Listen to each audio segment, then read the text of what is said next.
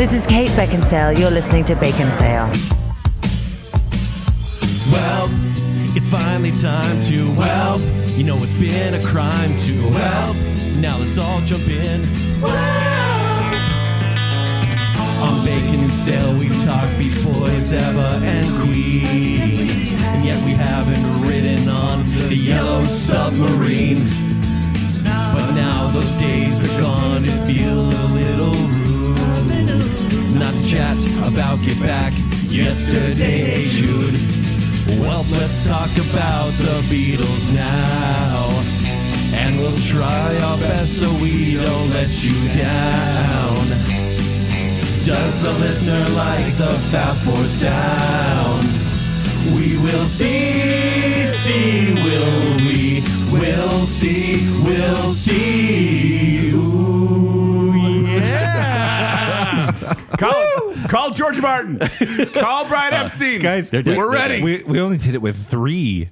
Wow. Yeah, Fab 3. You don't have a 4th. Wow, the harmonies. That was fun. That was kind of one take, guys. Yeah, it was kind of one take. There may have been some post-production on there. Sure. Thank you, Zach, in advance. Yes, thank you. But that was good. Welcome to Baconsale. I'm Joel. I'm Kent. I'm Zach.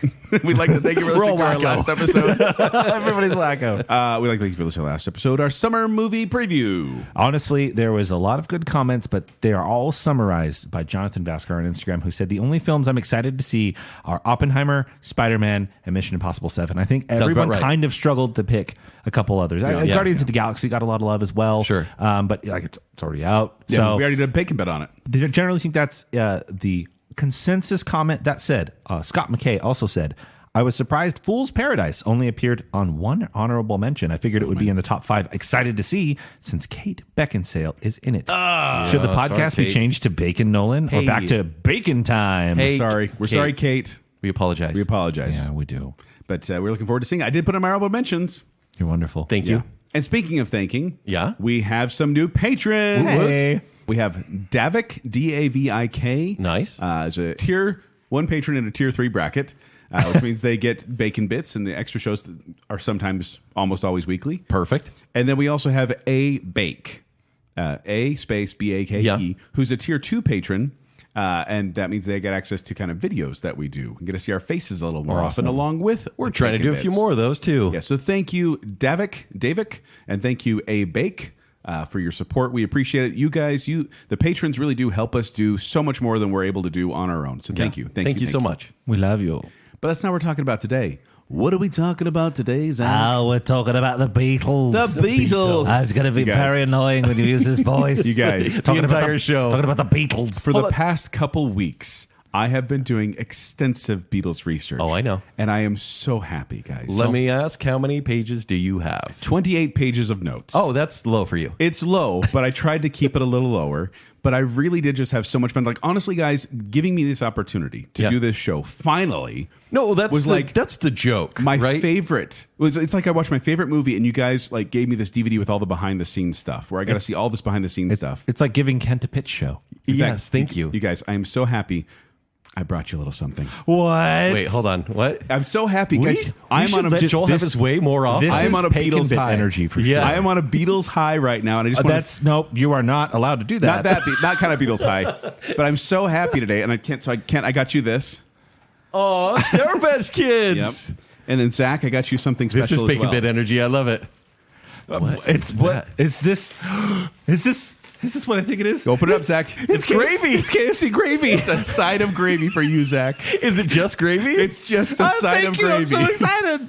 I was so happy to be able to do this show, and I told you guys, No. like, nothing's going to bring me down. I would like to apologize because for the past couple of years, we've done tribute shows, and we started with Beach Boys, who are just this legacy act, one of the They are. greatest bands. And then we're like, and we've done Rush. We've talked about Queen. Last year, we did ABBA. Yes, we did. And every year, you're like, hey, guys, I think we're omitting someone. Oh, you have the gravy in hand. I just opened the gravy.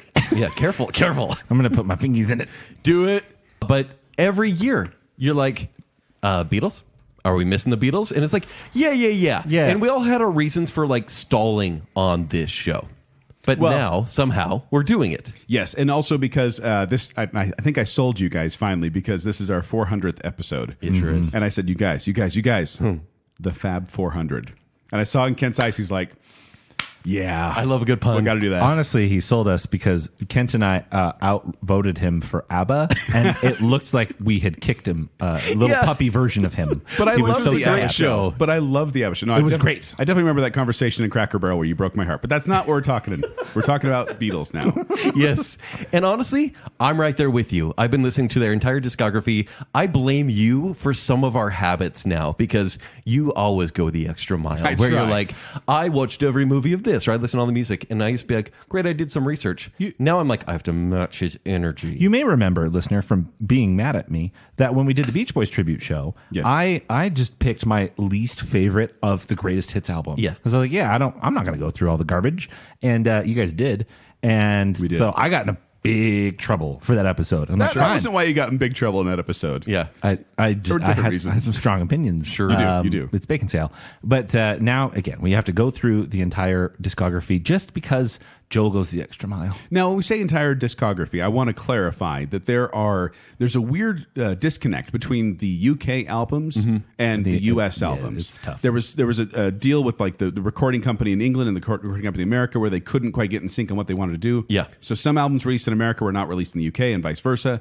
So what we're going to do though is we're going to focus on for listening purposes, what we listen to is the core catalog, the accepted core catalog of 13 studio albums and 1 compilation. Yeah. Which includes, I'm just going to go through these real quick. And these are the UK ones. I'm sorry, Dad. He was like, why are you using the UK albums? Because but it's- they're from there. Yes, but it's Please Please Me, With the Beatles, Hard Day's Night, Beatles for Sale, Help, Rubber Soul, Revolver, Sgt. Pepper's Lonely Hearts Club Band, Magical Mystery Tour, The Beatles, otherwise known as the White Album, Yellow Submarine, Abbey Road, Let It Be, and then Past Masters. Past Masters is kind of the singles that weren't on any of those other albums. And a lot of weird tracks. Well, because I was shocked. I was literally scrolling through and looking.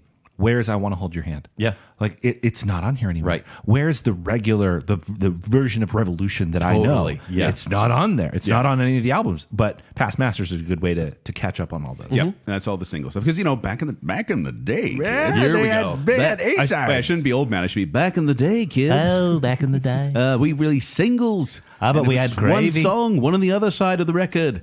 But then they decided, now they do more albums. All those singles are coming back now. Like, who really buys albums I hate anymore?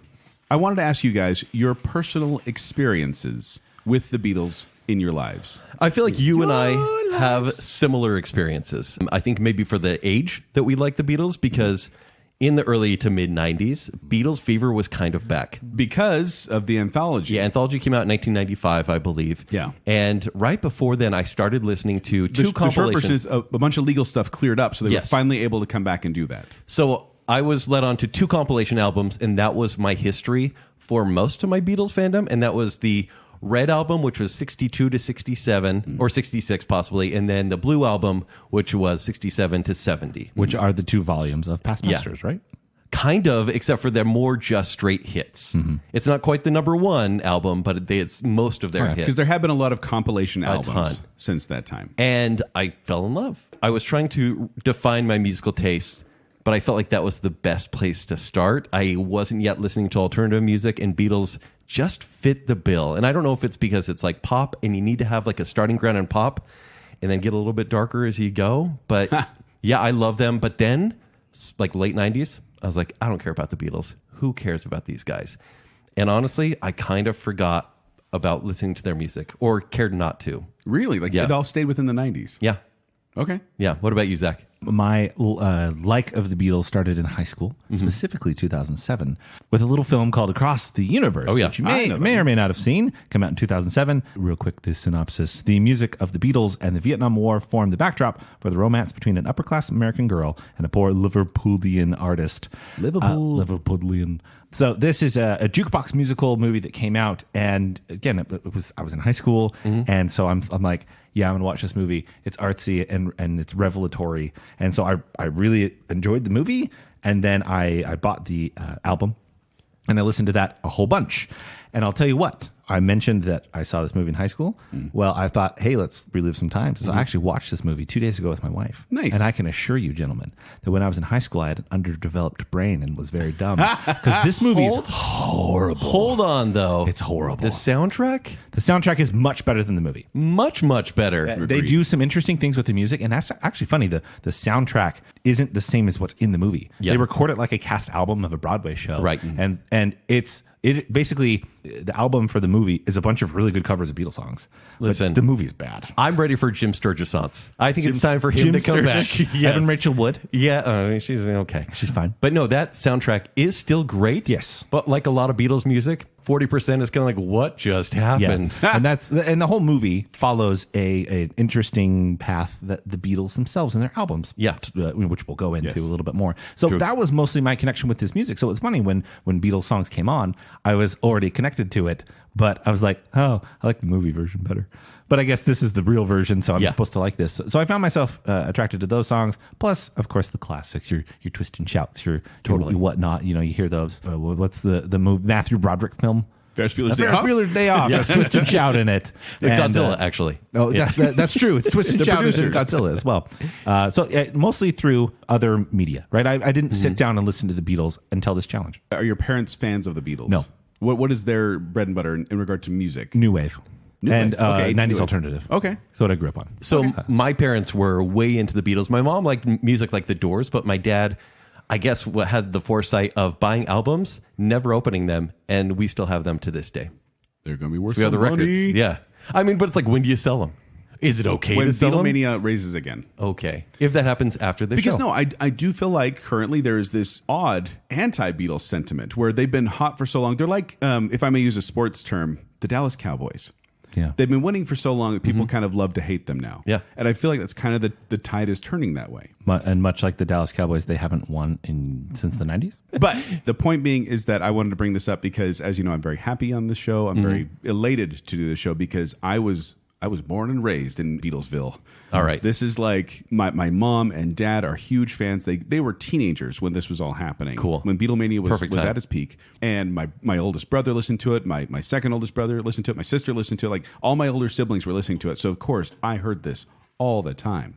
Records were playing constantly, Mouse. I was baptized. I was immersed in Beatles. It sounds like it. All the time. So when Anthology came out in 95 and I was a teenager, I got to kind of live a small piece of what they did in like, wow, this is really cool to learn more about this band. That being said, I mean, I knew enough about the band. I can name John, Paul, George, Ringo, by image. I knew who was who. Yeah. But during this challenge, I got to learn so much more. It put all these pieces together that I hadn't connected before. And I watched all the movies. I watched a couple. I'm so sorry. Well, some are better than others. Sure. And then I watched a couple documentaries. I watched the Get Back by Peter Jackson, which was that was the end time of Bad Time. But I also watched the 2016 8 Days a Week by Ron Howard, which was their beginning time. And I loved seeing all that come together. So for me, this is kid in the candy store stuff. Okay, good. But let's jump into it, shall we? Yeah, let's do it. And I hope I do my parents proud. Mom, Dad, I love you. So, the Beatles, John Lennon, Paul McCartney, George Harrison, Ringo Starr. The Beatles formed in Liverpool, which is in England, in 1960. And why are we talking about the Beatles? Because they are literally the best-selling music act of all time, with estimated sales of 600 million units worldwide. Elvis is number 2, Michael Jackson is number 3, Elton John is number 4, Queen is number 5. They spent 1,278 weeks on the Billboard chart and spent 175 weeks at number 1 on the charts. They are literally the most successful act in the history of the U.S. Billboard charts. Insane. Yeah. So this is a big band we're talking about. So even we're going to approach this as if you don't know who the Beatles are, listener, or you have a cursory knowledge, because we do feel like a lot of people haven't been exposed to it maybe as much as me. Yeah, sure. So you talked about the members of the Beatles. Yes. So they didn't start as the Beatles. No. John Lennon was in a band in 1956. And he was called the Quarrymen. And he invited his buddy, Paul McCartney, who was 15 years old at the time, to join the band. And so it was the lead guitar and kind of a rhythm guitar thing going on. And there's a couple of John Lennon's buddies at that time as well. Yeah, it was a bigger group. Yeah. And then Paul McCartney invited his buddy George Harrison, who was also 15, to come and watch the band. Yeah, they're tiny. He auditioned and got in. Picture that, 15 and 16-year-old kids just goofing around and playing a band. Yeah. They had a buddy whose name was Stuart Sutcliffe. He played bass. And he was the one who suggested changing the name's band from the Quarrymen to the Beatles. Beatals. ONE, like wonders. Kind of like that, yeah. And so this is it in looks like tribute- Beatles. This is a tribute to Buddy Holly and the Crickets, so they thought that would be kind of cute. Yeah, instead of the Crickets, they were going to be the Beatles. Right. Because they do beats. And then they did change their name to Silver Beatles for a while. And after Sutcliffe left the band to do art studies in Germany, they decided just to shorten it just the Beatles. Yeah. And they spell it differently because, it made it easier on Google searches back then. And they had random drummers come in, but one of the most well-known first ones was Pete Best. Yes. And so Pete Best was there as they started to kind of play cover songs and do a lot more of these live shows at the Cavern and other places around them. And they also went to Hamburg. Yeah, they spent 2 years in Hamburg, Germany. Yeah. Which that was pretty crazy. It's kind of weird, but at the same time, England and Germany are a lot closer than America and Germany. So Sure. I was like, that makes sense. Yeah. As they were in Germany, they encountered a drummer named Ringo Starr who was playing with another band. They're like, he's kind of cool, but nothing happened then.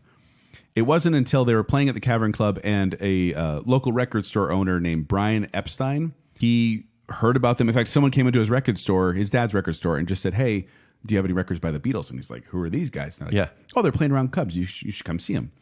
So he went down there, listened to them, said, these guys are pretty good, and decided to ask them over and over again until he became their manager in 1962. But you know what's crazy is he tried to get them a record deal, and the studio is basically like, guitar groups are on their way out. Yeah. What Brian Epstein did, many people call him the fifth Beatle because he's the one who put a little polish on them. He was, well-dressed, well-mannered Liverpool guy, and he helped form them in kind of the look and feel. But then you have George Martin, because as Brian Epstein was taking them around and trying to get them to get record deals, Parlophone said, hey, okay, you can come with us, and George Martin's going to be the music producer.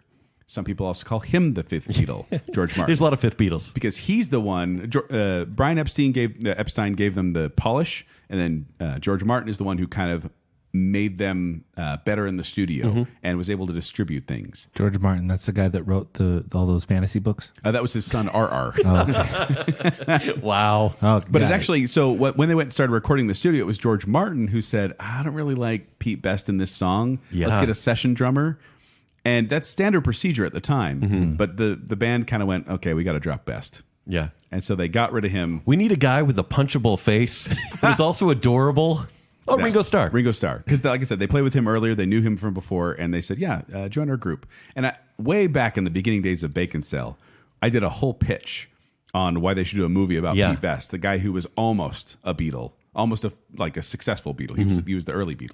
I just love that they were this new band getting in there, being all excited. And the studio was EMI Recording Studio and later became the Abbey Road Studio. Like they were basically like, oh, this is ours now, by the way. But then you have they did their first single, which was "Love Me Do." You guys know that one. Love Me Do. That was their first single, and it already became a hit in the UK. They did their first album, Please Please Me, and it was the first of 11 consecutive Beatle albums to reach #1 in the UK. Like, they hit the ground running with their music. Can we pause real quick and talk about how consistent they were at putting out music? Now, I know in their first 4 years, they were putting out, 40 to 50% covers on a lot of their albums. So many covers. And they're not very good. They're often bad. The covers are the bad ones, truly. No. Because they were learning how to write music. Music Man at one point. It's okay. I love Music Man. I don't. No, I love that song. There were birds on a hill. Oh, yeah. But I never saw them. Best versions in The Wedding Singer. But it's crazy that, like, you look at bands now that want to stay famous for a long time, and they may put out an album every other year. And even that consistency is a ton. Yeah. These guys were like every 8 months, They new said, album. I think at the beginning, George Martin was saying, okay, here's the deal. I think it was every 3 months you do a single. Every 6 months I want an album. And it was, Wow. They were churning these things out like 2 a year. Diminishing returns, though. Come on, let's be honest. I would just There is a blur with the first three albums. They're so good. Because it just kind of shows that they are just pumping out Best music, blur ever. pumping out music. And I would say early on, for me, listening to the discography in order, I was like, I don't really see the potential. Yes, there are the singles. But I'm like, I don't really get why they are the Beatles yet. That was something similar that I've experienced is those first couple albums, they don't feel markedly different than anything that happened before them. Same. However, Very tributary to the bands at the time. I asked They were heavily influenced by Elvis Presley and Chuck Berry and like Buddy Holly. Don't Holly. forget Buddy Holly. Buddy Holly. He's a big deal. We mentioned them with the name. Yes. However, I had a conversation with my mother-in-law, and I was like, how do you feel about the Beatles? And she's like, oh, no, I remember when they came on the scene. I watched them on the Ed Sullivan Show. And I asked her, I was like, well, I listen to the music and I don't hear anything different from the time. What was Yeah. the deal? And literally, it boiled down to they were from England, and we thought that was really cool, and we liked their long hair. Like it was more about a vibe. So yeah, you might listen to them musically and say it's good, but I don't hear anything special. It was so much more about their vibe that turned into, and that's what I was going to say. different So music. me personally, I think I love from the beginning. I listen to these albums, and there's something special. And it, like I said, it could be because I was raised on this stuff. But it's definitely. But like, there's like just stuff happening in the music with points and counterpoints and rhythms and harmonies that I'm like, this is so much fun. But really, their attitude, they had the kind of this quirky. It wasn't rude. It was kind of just cheeky, to put it in English terms. Yeah. Where they would answer questions flippantly or make comments, and people are like, "These guys are fun. These guys are nice. Like they're good boys. They're clean good boys." But you can tell there was an edge to them. Yeah. But they became really big in the UK, and then, like Zach just mentioned, they gave their first live U.S. television performance on the Ed Sullivan Show in 1964, and there were 73 million viewers in over 23 million households. Guys, 34% of the American population watched this live broadcast. Insane. I mean, what else was there to do? Why? Oh, yeah, I guess you're right. But why? Because it was just like this boy band at the time. Granted, there weren't as many bands as there are now, but that many people watching this phenomenon. It was, they say the hype was real. Yeah, because they've already been coined Beatlemania, the Fab Foursome at that time. Fab Four. Yeah, which then became Fab Four. Looking back, I'm like, I was listening to the albums going, would I have liked this at the time? Honest answer, no. Because I'm me. But would I? Definitely. Eventually, I was like, what songs would have caught me and made me go, okay, they're no longer the Imagine Dragons of their time. These guys are the Beatles. Wow. I'm so sorry to the Beatles. That's disgusting. But they were just, to me, I would be annoyed that they're so popular, whereas classic rock would have been doing things better. But then there's a point where they just took off and ran for me. Well, and one of the things, I will never get tired of watching the fangirls just lose their brains at the performances, like screaming and crying. To the point where no one could hear the Beatles. But it's so hilarious to me when I watch this, and I'm like, there's something about them. Like he said in one of the interviews, he said, just like every time we shake our head, they just scream. And so we just decided to start doing that a lot. And it's their mop tops flopping around or something. But it really is just like this amazing experience to watch the power they have over the audience in the Ed Sullivan Theater and then every live performance they did. Them coming over to America was a huge deal and ushered in what they called a British invasion, which is when acts like the Dave Clark Five and the Rolling Stones and the Kinks, they all came over and saw success in America. And this was a huge deal. It was just all these British acts became now popular because of the Beatles. Also, while in one of their visits to America, they met with Bob Dylan, who was a very popular folk singer at the time. Yeah, and John started imitating his voice, which is the thing. And also that's when they were introduced to the grass that was greener in America. Oh, sure. Oh, grass, greener grass. Greener grass. They partook of that. Yeah. So it became like the rock star story, essentially. They were so big. Eventually, that's what they started off with. They had that, the grass that was greener. But then, like I said, John Lennon started imitating his style. Oh, okay. We're keeping it family friendly here as much as we can. We're trying, yeah. But I just want to bring this up because what the heck? Apparently, in early 1965, following a dinner with Lennon, Harrison, and their wives, George Harrison's dentist, John Riley, secretly added LSD to their coffee. Who does that? Yeah. Oh, so now the greener grass has mushrooms in it. Apparently. Yeah, but apparently the band loved it. Well, they said, like, George and John loved it. Yeah. Ringo was a little bit off-put by it, and Paul didn't want anything to do with it for a bit. For a while, he resisted. Okay. But George Harrison, the use of psychedelic drugs kind of put him on the path to meditation and Hinduism. That became kind of a big thing for him. Yeah. And some say this was when their minds were really open to being artists. Others say this was the time when they started kind of their downfall. Sure. So where do you land on this? This is still pretty early. This is 65. This is 3 years into their fame. Yeah, but I do feel like, when they start experimenting with those types of things. Greener grass. Obviously, I have moral objections to it. Of course. But also just some of their music, not a big fan of the experimental stuff as much when they're like, this sounds really good when you're high. For me, and this developed for better or worse, but the longer they went and the longer the greener grass took effect. And the fungus. And the mushrooms. Fungus from Last of Us, obviously. The infected. It made peaks and valleys. Some of the worst Beatles songs, but some of the all-time greatest Beatles songs. And I think it was because John Lennon went, you know, you know what? You know what? You know what? John Lennon's up in the nose. I'm an artist now. And so he wanted to make sure that every song was deeper than the hooks they created at the beginning, because the hooks they had were so great. The early Beatles songs are so fun. I think George Martin said they were doing singles back then, pop singles to be popular. And it wasn't until around this, when they started, after a couple albums, they went, thematic album. we want to be more themed. Is this Rubber Soul? This is Rubber Soul's kind of that. Rubber. beginning, As I was Beatles listening style. through I think it's the first 3 albums of the list that you assigned to us, Joel. I was like, okay, this is kind of a lot of the same sound. Rubber Soul is the first one where I go, this is becoming the Beatles. You know, this is what I perceive the Beatles to be. See, and I definitely perceive the Beatles more as the 1964 Beatles. I can see that, like, your enthusiasm for them. Your outfit right now is 1964 Beatles. to me. But I don't think it's representative of the Beatles. The Beatles are the greener grass with fungus. Yeah. and they shop at the psychedelicatessen. Yes. Like it's not as clean cut as they were to start. Paul McCartney said, we'd done our cute period and now it was time to expand. Yes. And to some people that brought controversy, but they were already kind of with controversy. They were named, Queen Elizabeth II appointed them as members of the Order of the British Empire, which was there was a huge backlash in England because they're like, that's for military veterans and civic leaders. And that started kind of a little shaky over there in the UK for their popularity. It is crazy, and I didn't know this, but a lot of their albums are just movie soundtracks.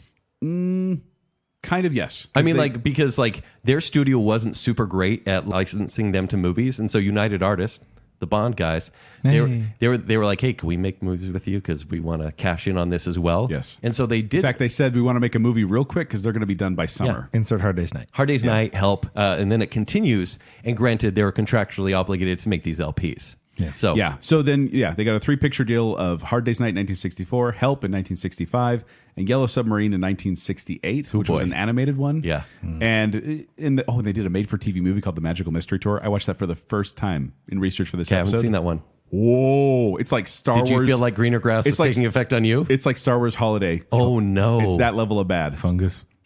They were definitely not in their right mind while making that. Yeah.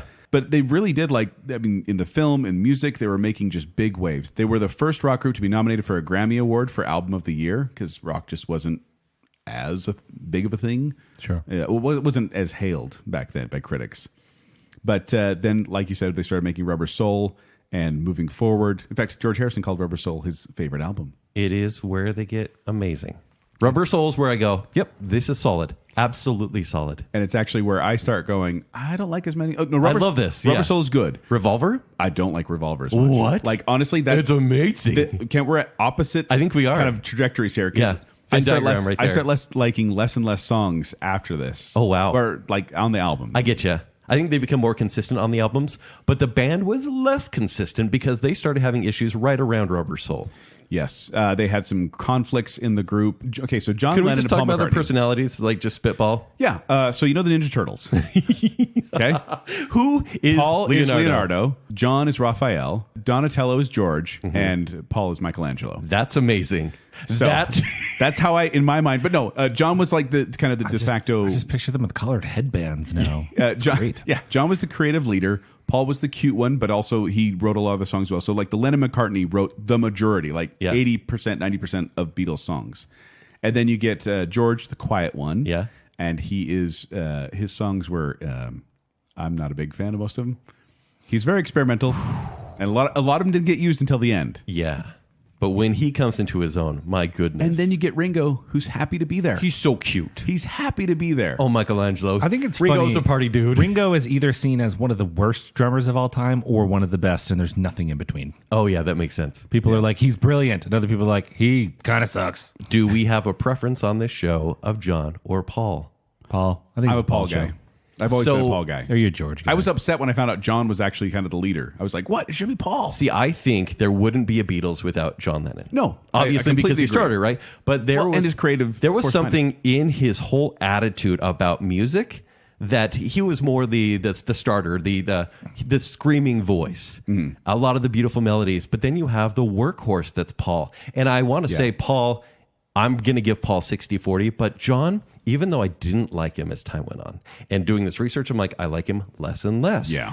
But I just feel bad for the guy because he cared so much that he kind of got lost in his own head. It's really interesting watching all the documentaries to see their personality differences because Lennon and McCartney would write songs together. They would sit in a room and hash it out together. Yeah. And this one of them would come one day and go, I have this song I just wrote. You want to work it with me? And they'd work something together. And that partnership worked so well. When you see it on video, for example, Get Back. Yeah. And that's late into their career when they don't really like each other. Yoko's involved and everything like that. We'll get there. And we'll get there. But you see Paul come to the table and say, I've got a little ditty I'm writing. And he starts writing something. You're like, that's the beginning of an amazing song. And then John goes, hold on. And adds magic. And they together are just beauty. Because the two of them together are better than both of them apart from each other, Yeah. I think. In fact, that might be said about all four Beatles. Where does Yoko come in? We'll get there. Okay. Because we want to talk a little more about the conflicts that were happening or shall we say controversy. Yeah. There was a cover they did that was only released in the U.S. where they were wearing white lab coats and they had raw meat and baby doll parts. And it was this weird kind of avant-garde poster. But people thought it was obscene or grotesque. Yeah. So that kind of went, It makes sense. Well, these aren't the Beatles we used to love. And their music started changing as well. And then John Lennon, during an interview with a British reporter named Maureen Cleave, he said kind of flippantly that the Beatles were more popular than Jesus now. Yeah. Which did not go well. Not with here a in the lot States. Of, over in the here Bible States. Belt. Ooh, Yes, boy. There were burnings of albums. Radio stations were refusing to play their songs. It really did kind of just put a big black eye on this reputation they'd built. It kind of seems like everywhere they went, trouble followed at this point. Like Yes. they got invited to the Philippines, and so they were there as dignitaries, essentially. And the First Lady of the Philippines asked them to breakfast, and they didn't really realize that was a big deal. No, like it was through their manager and everything, Yeah. and they're like, "Hey, do you want to go They're visit like, this person?" no, We're good. We're going to go home. We don't really do that. We're tired. They declined, and the whole nation found out immediately. Riots were happening. The whole country is going for their heads. Yeah, and when they they- had to be like protected and flown out of the country. They did a show in Japan Yeah. at a stadium that was supposed to. It's usually reserved for martial arts and other artistic things, and so they were like, "This is a pop group," and there was huge protests there Yeah. as well. Like it really was weird to see just their popularity kind of get turned on its head.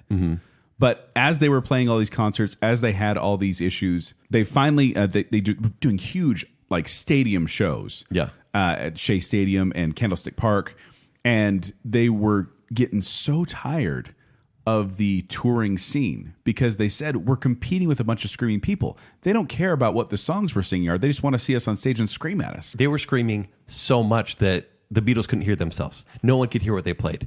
And so honestly, they only did shows that were about 30 minutes apiece. Well, but- okay. I would be so upset if I went to a concert and they did 30 minutes. Were you guys shocked by how short these albums were, though? Yeah. like 30 minutes. They're like apiece? Weezer albums, let's be real. I can see that. I was often thankful. Especially for the early ones. So yes, in 1966, their last show was at San Francisco's Candlestick Park. That was their last commercial concert, and they stopped touring. They said, we're not going to tour anymore. I look at the band, I kind of lose a little bit of respect because I like touring acts. But they had done 1,400 concert appearances At before least. then. It In was like 4 or 5 years. Like that's 4 years. That doesn't even include a lot of the stuff they did before they were really big. Yeah. So they did, 14. so I don't blame them, but I'm also I would have been upset if I were a Beatles fan at that time. Yeah.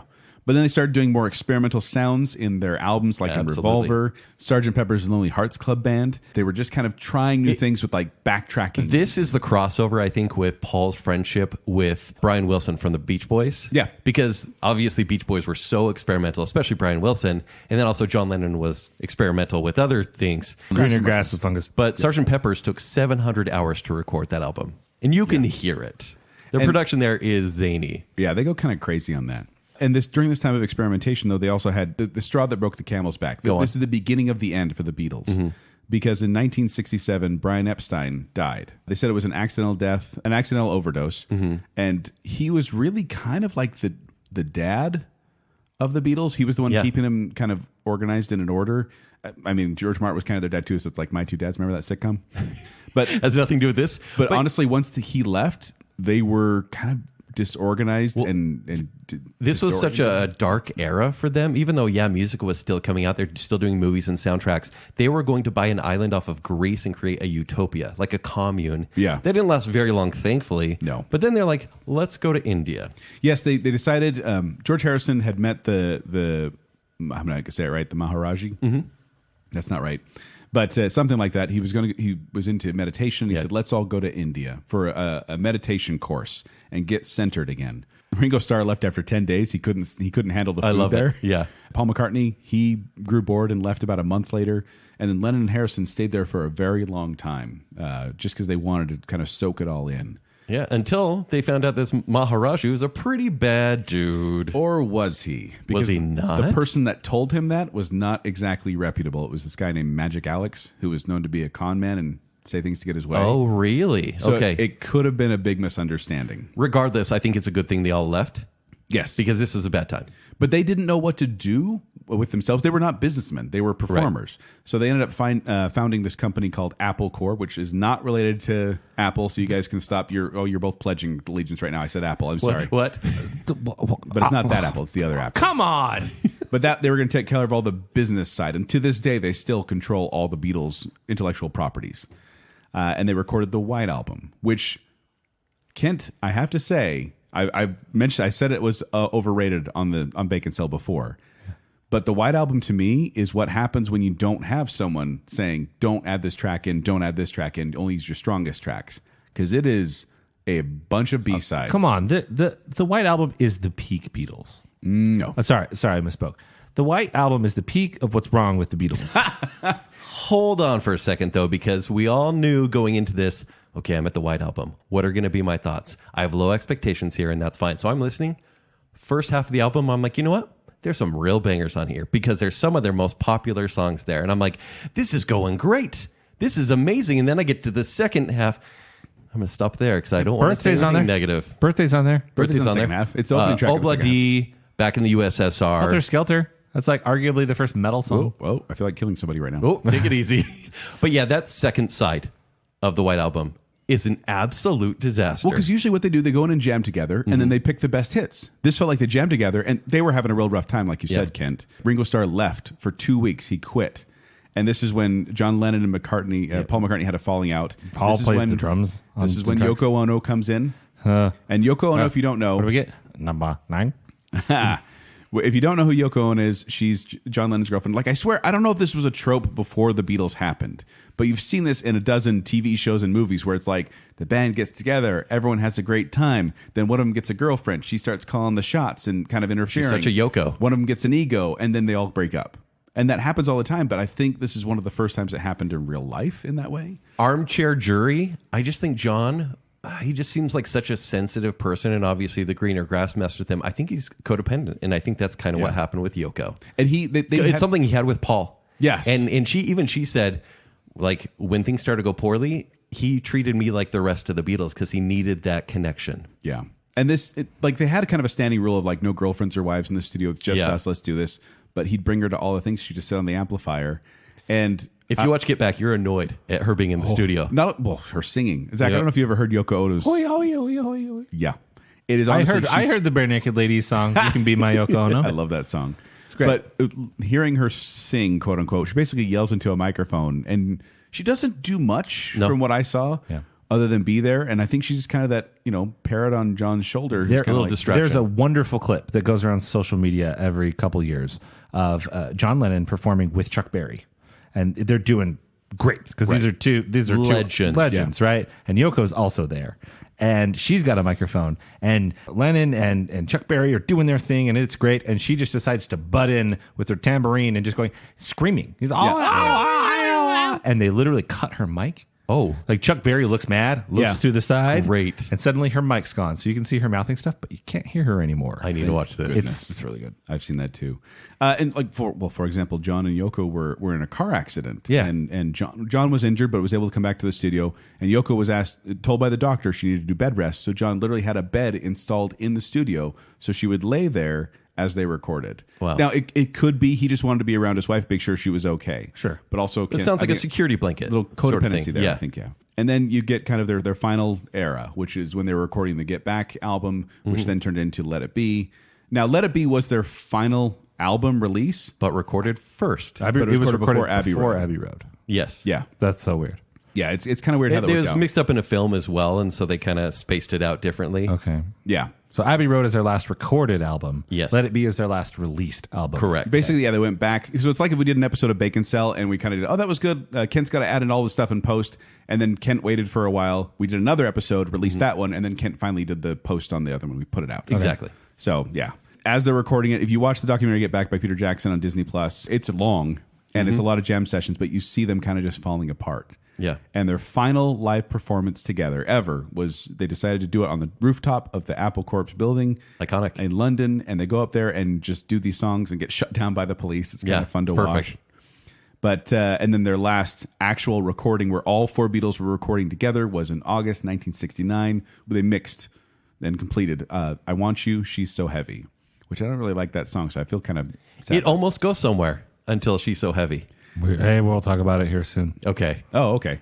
Perfect. And then shortly after that, so that was August. In September, Lennon announced he was quitting the Beatles. And he was gonna hold off on announcing it until they released Abbey Road. And it was interesting because Paul McCartney, he was having some issues, and he is, I would say, kind of a micromanager for the band. At this point, yes. I think he was desperately trying to keep things together. And until he just lost it. Like, he got really impatient with George Harrison. Him and Ringo were always buddies.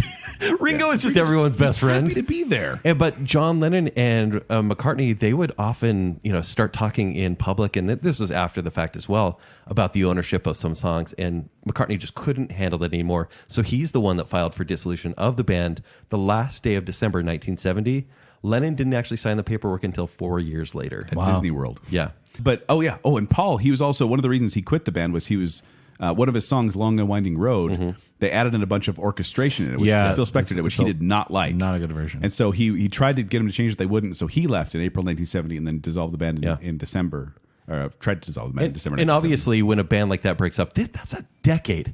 And what this band did, and this is why we're talking about them today. Yeah. The songs that they put out In a decade. less than a decade. 63 to 70. are incredible. And so everyone is like, hey, get back together. Will you guys get back together? Yeah. And so there's a promoter named Bill Sargent. He's like, hey, guys, do one concert. I'll give you $10 million. The Beatles, broken up at that time, said, no, 30 million. No, 50 million for a reunion concert.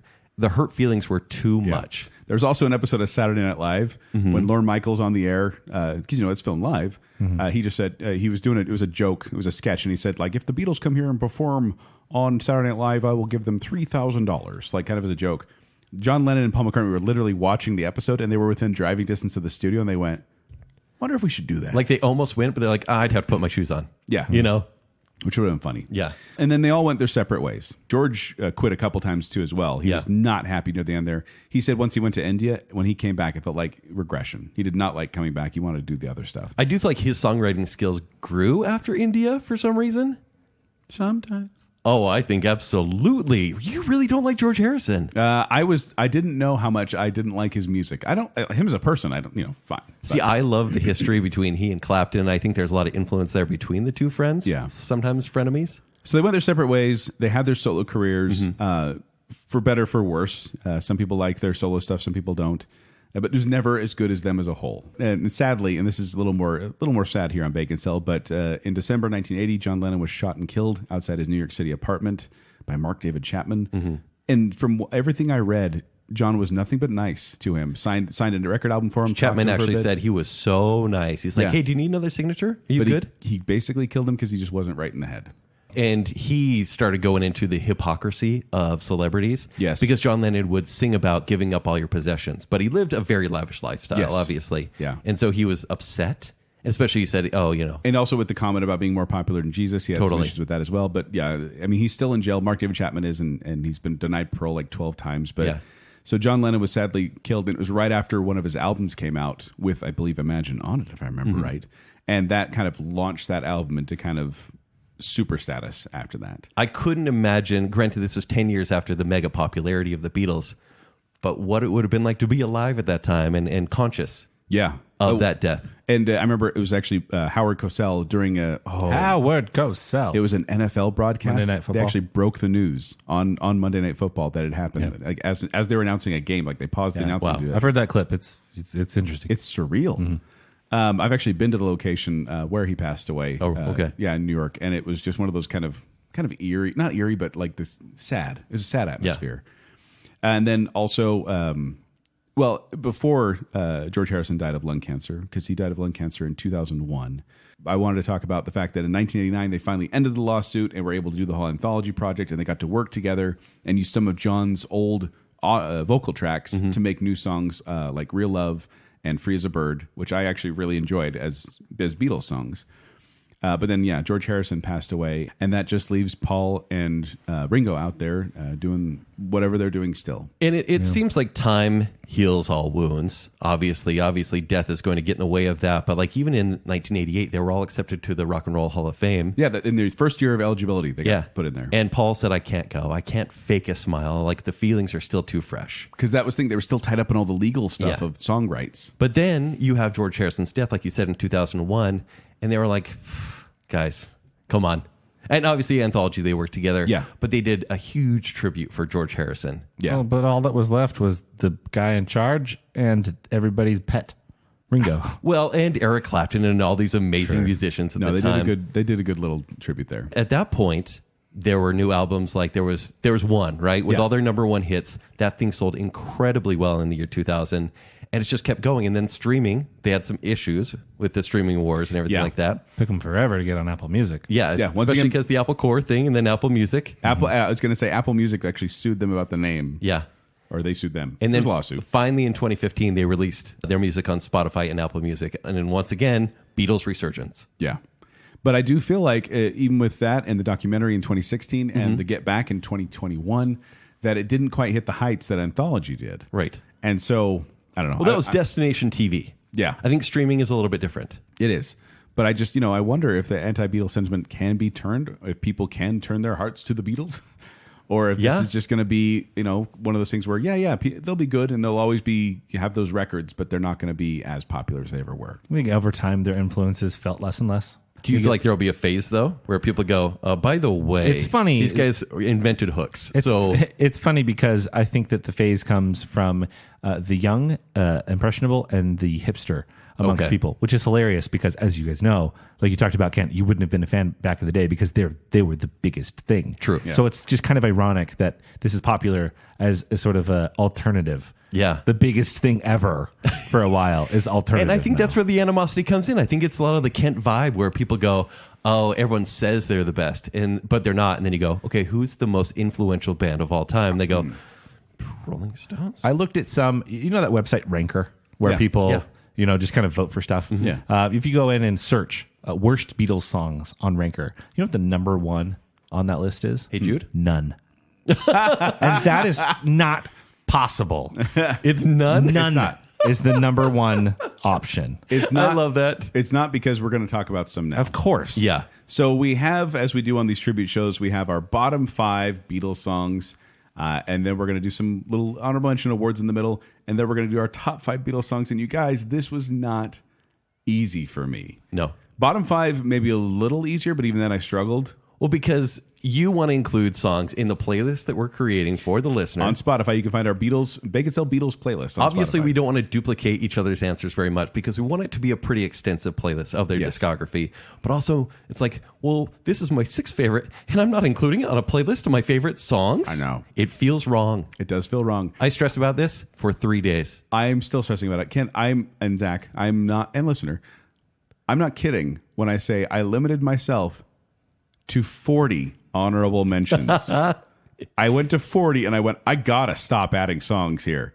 And I'm not going to read them all here. I just know that I have 40 songs. You can see them on my notes. If you're a patron, I'll drop these notes in there. You can see all 40 of my honorable mentions. I'm making a prediction. We're not going to do best quite yet. You and I have maybe 1 or 2 crossover favorites. And I like that because that gives more variety. yes. Zach, I think you and I will be more aligned. I struggled to get 5 that I liked. Wow. Go on. I'm You just, know you have I'm to just defend over here that, quiet. right? I'm over here quiet. I don't like the Beatles. I Can't bring you down. I'm too happy. I hated this challenge so much. You didn't even gain a new appreciation for it? I hate them more. Oh, good. I really do. Wait, really? Do not ever listen. We were just listen to rambling me. for an hour do about not this. ever listen to their albums through. You will hate yourself and your Would you life. say listen Not to true. Greatest Hits I compilation? love my 100%. I love you guys. I love this challenge. 100%. I love it listen, too. Listen to compilation albums. That's the way to do it, right? Because it cuts out the fat. We're going to talk about a lot of the fat here. Literally, I'm going to tell you a personal story. Okay. Two days ago, I'm at home. My wife is at work. I've got my baby, who I love very much. And Yeah. I'm making dinner. And I'm listening to probably Magical Mystery Tour. And Underrated album, by the way. I disagree. And I'm going through, maybe it was, what's after that? The White Album? Might have been the White Album. Yeah. Anyway, I'm going along. I'm boiling noodles and the baby's getting a little fussy, and I want to scream at my child. And I'm like, why am I so angry? Oh, I've been playing Beatles on the speaker this whole time. I turn it off, instantly my mood gets better. Hey, There is some nonsense. Show stuff me there. on the doll where the benefit of Mr. Kite hurt you. It's horrible. But that said, so I go through and I listen to the albums. It's one of the most miserable experiences I've ever had musically. Stop it, Zach. Captain Hyperbole. But when you go through and you listen to the compilation albums and the anthologies and even past masters, Yeah. it's so much more enjoyable. So I think a lot of See, and I like listening to the entire albums because to me that gave me the flavor. Like I've always known Beatles songs as Beatles songs. Yes. Listening to the albums gave me a flavor of each album, and I was understand like, that. oh, but okay. You even admitted yourself that you prefer the missionary image of the Beatles. I think you've put a filter like that. You put a filter Missionaries can't have of that the haircut. first 2-3 years of the Beatles over their entire career, and that's just simply they get false. shaggy near the end. Their hair just gets longer and longer. And their music gets more experimental and does. weird, and in many cases better and worse. Yes. Right. And so I Absolutely. think what I tried to do with my top 5 is I tried to eliminate some of the, I mean, there are a lot of tracks that are sub 1 minute and they're like, why did that actually make it onto the track? Right. I tried to eliminate a lot of those. I do have one example. But overall for me, I cannot recommend listening to the Beatles all the way through. So if you like them, go to Spotify and do Beatles Essentials or the Baconsale playlist that you're going to have here, because it's a difficult listening experience, to say the least.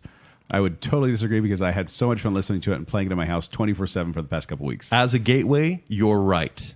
But then also get into the albums after that because it's a whole experience. Granted, I would even say the low points on albums, there were some songs I was like, this is the most redundant 2 minutes I've ever experienced. You mean they were most redundant 8 minutes at times? Well, that'll happen as well. But, the early stuff was just 2 minutes. But then I was like, because this is like so mediocre, the good songs are so good.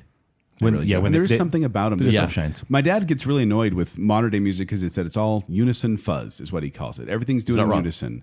Whereas the Beatles, you do have everyone is playing a different instrument and everyone's playing a different rhythm and a different note. Like there's things that are complementing each other in almost every song where the rhythm guitar is doing one thing, the lead guitar is doing another, and bass is doing another. Where I did find an overuse of multi-track layering of the voices early on, especially. I felt like they tried to make it sound like there were 10 people singing at once. Yeah. It did become bothersome, and I noticed a significant decrease in that in Rubber Soul.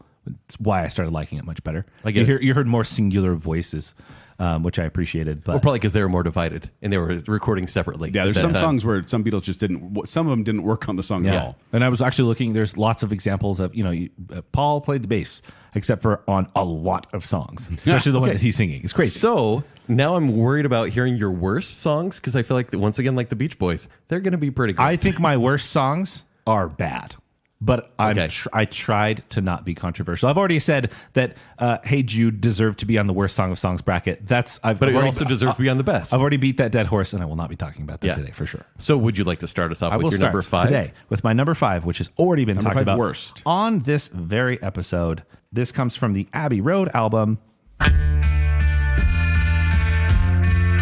I want you. She said. This is an interesting song. This riff is great. This has a cool riff, Yeah. and it really bugs me because we have this. It's like in a completely different key. It feels like a totally different song. It feels like two songs that didn't get mixed together right. It's true, and the lyrics, literally, you've got I want you so bad, I want you so bad, it's driving me mad, basically. And then she's so heavy, boom. That's the entire lyrical output of this. It's a 7-minute song. I literally listened to that on the drive here, Zach. Yeah. And I kept being like, how long is this song? It just keeps going how and long going is and this? going. I think that this song is a workshop. This is a project. This is somebody put out a riff, and it's like, we are 30% of the way to an awesome rock song. Release it. Let's just send it out. We're good. We're good. Zach, And We got a deadline. This I'm one not irritates. mad at that lit. This one irritates me because of something that maybe I'll call it potential. I think it could be a good song, but even then, it doesn't feel like anything. There are 3 segments that are completely non-cohesive.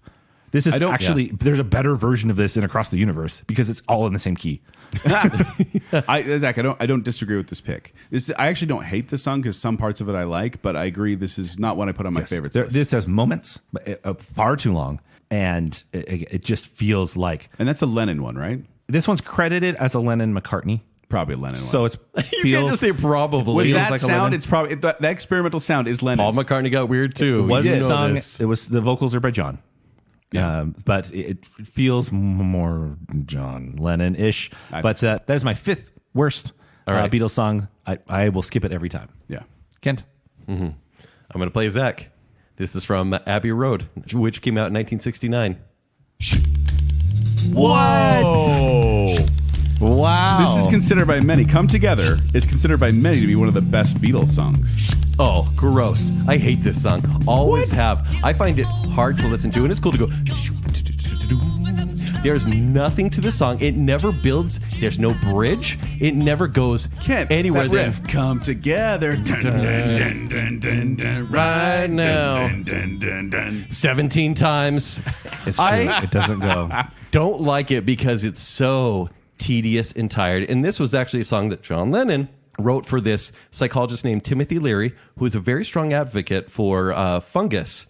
And it was also greener grass. Yeah, greener grass. It was a riff on Chuck Berry's "You Can't Catch Me," and basically McCartney's like, "Hey, we're kind of copied him, so let's slow it down." It's just too slow, too boring.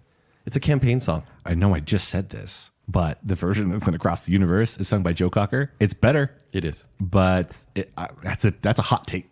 Michael Jackson did a version too. I didn't like that either. Really? Yeah. I like that version too. Yeah. Oh my word. Sorry, I like that sorry. song. I know that's my hot take. That's a very spicy hot take. take. Yeah. I get where you're coming You from. may get more anger about Zach's last pick. I might. But so in my high school, this was like the call and answer. You could walk down the hall and just be like, "Come together right now," and not say anything. And somebody across the school would be like, "Over me." That's a weird school. It was a weird school. we were nerds. Joel, what's your fifth? It should come as no surprise at this point that I'm going to pick something by George Harrison. Why?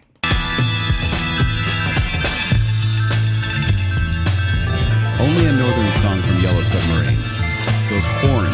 Those horns have been nailed on a chalkboard since I was a kid.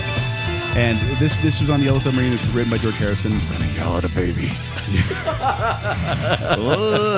But this was one where he wrote this song because he was dissatisfied that he was considered a junior songwriter for the Beatles publishing company Northern Songs. And this is saying just only Northern Songs. So even though he wrote the song, he was getting like a penny on the dollar for this song. Lennon and McCartney were getting the lion's share. They were getting like 15%, Yeah. and then he was getting like 0.8%. Right. Him and Ringo were. So it seemed like an angry anthem for him. It is, but he says things like, it doesn't matter what chords I play, what words I say, or what time of day it is, as it's only a Northern song. Once again, I I'm feel like- like 20% at the beginning. I'm like, oh, this could be cool. This is psychedelic. And then it turns into noise. Yeah, and it really is the cacophony of just horns that really drives me. It gets under my skin on this one. Oh, I totally agree. But I don't know. This just is not one that resonates with me. And George Martin agrees. He said that it was his least favorite song of Harrison's. All right. So, yeah. Oh, and it says the band were similarly unenthusiastic. This was not one of his big ones. I believe it. Zach, what's your number 4? My number 4 comes from 1966 Revolver. Fair. This is, I feel like India ruined the Beatles. And when they started incorporating a lot of those Indian sounds, which, don't get me wrong, I like a lot of Indian music. It's not Beatles. It's not. Well, it is. It Right. is so Beatles. But it doesn't feel like Beatles to me. It feels like just India becomes something Beatles. I don't like. This is Tomorrow Never Knows. Yeah. And it becomes this, Wasn't Michelle Yeoh in that? it becomes this cacophony of nonsense, Yeah. which is so many of the songs. But I'm going through it, and I would just I had it, Spotify on my phone, and I just immediately picked up my phone and screenshotted it, being like, I need to remember this for the show. I hate this song. I think there were bands that took that style and did it better, but were influenced by the Beatles. Yeah. But yeah, it's a dark period for What was the name of that one again, Zach? Tomorrow Never Knows. Yeah, that was in. I actually had that as almost one of my. Tomorrow Never Knows. All right, we're going back to 1963 for my number 4, and this is the album With the Beatles. I want to be your man. I want to be your lover, baby. I want to be your man. Where is my mind? Oh, we're talking about lyrics that may not make sense, but they're still good. Oh, at least that's a song. That's 2 lyrics, and it's I want to be your man. Bum, ba-da, bum. It's 2 minutes. It's written by. This one's written mostly by Paul, and they were hanging out with Keith Richards and Mick Jagger in a club, and they're like, "Guys, we're just going to play this song," and that's all they had. But it's 2 minutes of the same lyric. This one was early on. I go, "Yep, I don't know if I like early Beatles, but this one was one of the pinnacle moments where I was like, I can't do love this it. anymore." I love that one. You love that song? It's so fun. Oh, it's so basic. It's not about the lyrics. Like, Kent, you know this from watching all the stuff, is that Beatles are music first, lyrics second. Yeah, but it's the same beat over and over again, right? It's Music. great, though. Okay. I enjoy that one. Yeah. Sorry, I'm coming out strong, I guess. You guys should really just pick, bad songs. Like I did. Like this one by George Harrison. No. What's this one called? Within You, Without You. It's not good. This is from Sgt. Pepper's Lonely Hearts Club Band by George Harrison. It's 5 minutes long. And this is done in the style of Indian music. There's, tambura and duruba and tabla and all these instruments they wanted to use there. This feels like an acid trip. This one doesn't bug me as much. I don't love it. Obviously, I think your ears are trying to find out where the song is going. I feel this one is less nonsensical to me. See, and I agree. But there's less going on. This actually was going back and forth between Love You Too and Within Without You, both by George Harrison. I hate Love You Too. But in the end, this kind of resembles all the sitar George Harrison music, because none of those So it's really representative, resonate because with I don't think it's in their 5 worst. I do. Like, any of those come on, I'm kind of like, and skip. Okay. What album was that on? That's on Sgt. Pepper's Lonely Hearts Club Band. Should we jump forward one album for something very similar? George Harrison song again. Blue Jay Way. Yeah. So a little bit less Indian sounding, but still just It's the warbling voice. I'm not a fan. what are we doing here, guys? It's not good. No, it's not a good one. And that's, But that was on Magical Mystery Tour. Blue Jay Way, Magical Mystery Tour, 1967. That was in the movie, the Magical Mystery Tour made for TV movie, and it's the kind of a scary part of the movie. Oh, okay. Maybe I'll watch that and like it a little bit more. Not good scary. Oh, okay. Kent, what's your number 3? I'm not going to make you guys hear it again because we have heard it already, and that's enough. But it's only a northern song. Yeah. Written Okay. by George Harrison. Well, I'm so sorry, George. George wrote a lot of bad songs and like one really, really good one. Even critics, they call this a self-indulgent dirge. And I'm like, yeah, I agree with that. Yeah. Like I said, I like the first little bit, and I'm like, this could be a good song. Falls apart immediately. Joel, what's your number 3? My number 3 may be their shortest song, but it's still too long. Okay, Wild Honey Pie from the White Album. I feel like this is, in some video games, when you get like hit and there's like a wah, wah, snap, like that's this, but a song. Well, and this is Paul McCartney. It's a being TikTok trippy. sound effect. Yeah, wah, wah, wah. Yeah, this is Paul McCartney's doing. This isn't John Lennon, but it sounds like a John Lennon song. But it's just that You can't just say that if it is Paul McCartney, It though. sounds like a John Lennon song. It's Paul this singing. is just him singing that same thing over and over again. And this John Lennon and Ringo were actually working on other songs, and George Harrison was on a holiday in Greece. This was just Paul himself goofing around, and it's between Obla Dee and Obla Dee Obla Da and the continuing story of Bungalow Bill. And so it's like those two songs are both Obla Dee Obla Da. It's like high in regard. Bungalow Bill's fine, but this kind of is this weird bridge between the two of them, and they weren't going to include it. It's actually just them goofing around, but then Patty Boyd, George Harrison's wife, so I'm blaming this one on George Harrison again. Even though She Paul said- sang it. Even though Paul sang it and wrote it and it wasn't. everything. And I was going to say George wasn't even there. He was in Greece, but his wife liked it so much they decided to leave it on the album. I mean, at least it's short. It's 52 seconds long, but Oh, jeez. Wild Honey Pie, not a fan. Dishonorable mention to Honey Pie, which is also a terrible song. Not great. But this is my number 2. Why we got to hear it again? This is only 52 seconds long, and yet it's one of their longest songs. And they have a bunch of 8-minute garbage songs too. I hated this so much. But like I said, I feel like I'm glad we're putting these at the bottom of our Spotify playlist. Then people can be like, We shouldn't even I'm put so them there. glad we overlapped as well because Yes. one less bad One less song bad on song there, on the but- playlist. Oh, you can find them on our social media channels or at baconsale.com. Kent, what's your number 2? Mine is the White Album. Just the entirety of it? White Album. There's some good songs mine's on bad, Actually, there. the second side B of the White Album is not good for me, and so this one is from that. It's from 1968, and this is a Paul McCartney song.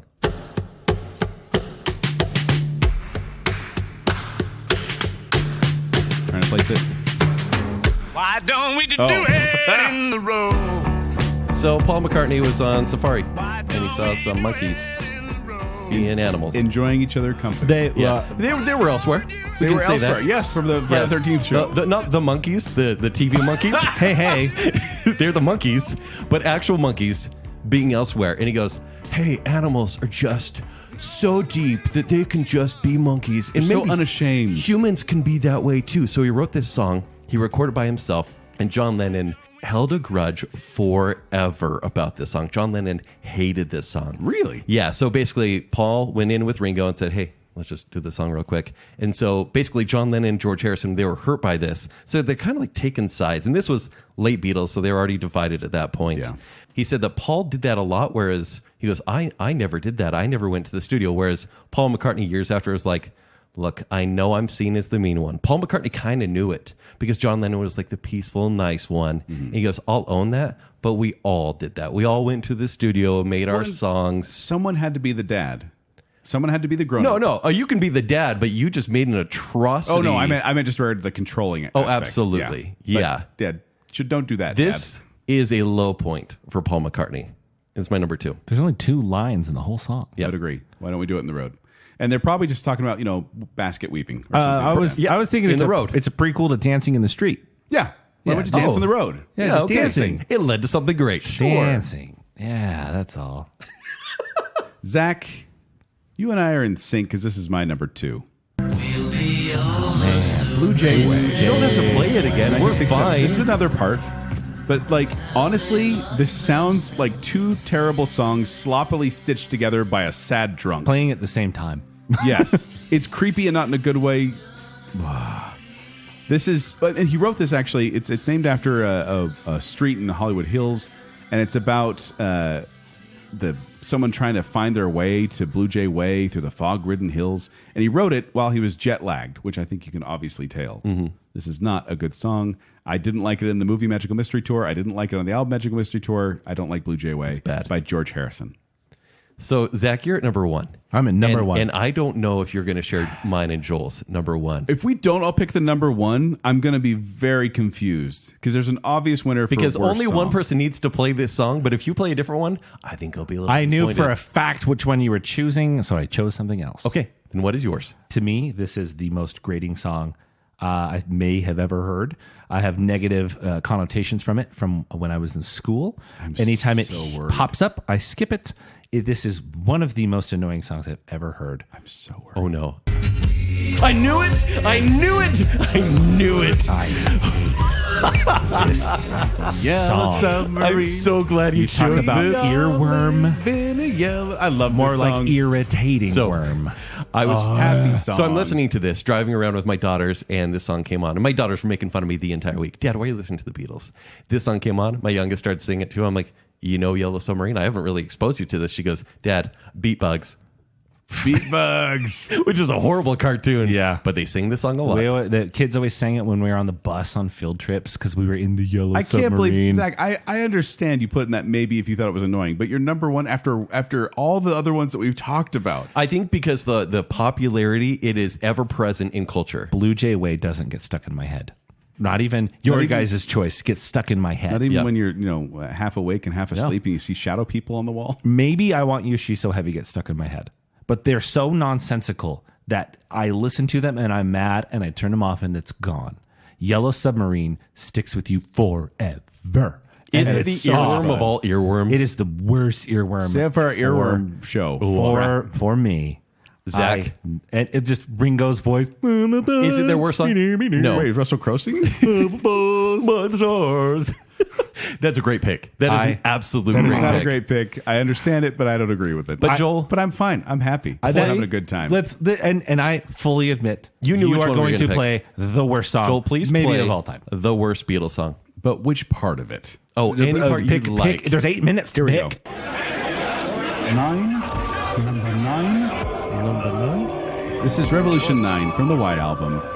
Credited to Lennon McCartney, but credited primarily by John Lennon with assistance from Yoko Ono and, yes, George Harrison. This part you're playing right now is almost the quality of like a good Moby song because it gets worse and worse and worse as time goes on. You know, it's fun. I listened to Revolution 1, and that was it's a bluesy version It is. of Revolution, and I Yeah. was like, oh, I actually kind of like this. And I forgot. I was like, I'm on a good streak with Revolution 1. So- Revolution 9 could be cool. Well, you guys, when we started discussing the Beatles show and we started saying, hey, we're going to do our top 5 and bottom 5, Yeah. immediately I knew my number 1 bottom. Of course. It's the worst song. Because every time this comes on, I hear number 9, and it's not a song. This is an annoying experiment. Number 9 came from the producer, like calling things out as they're recording, and John Lennon's like, I like that. I'm trying to paint a picture of Revolution using sound. And so he just added sound. Well, and it goes nowhere. this used to be like a 6-minute ending Yeah. to Revolution, which would have ruined that song.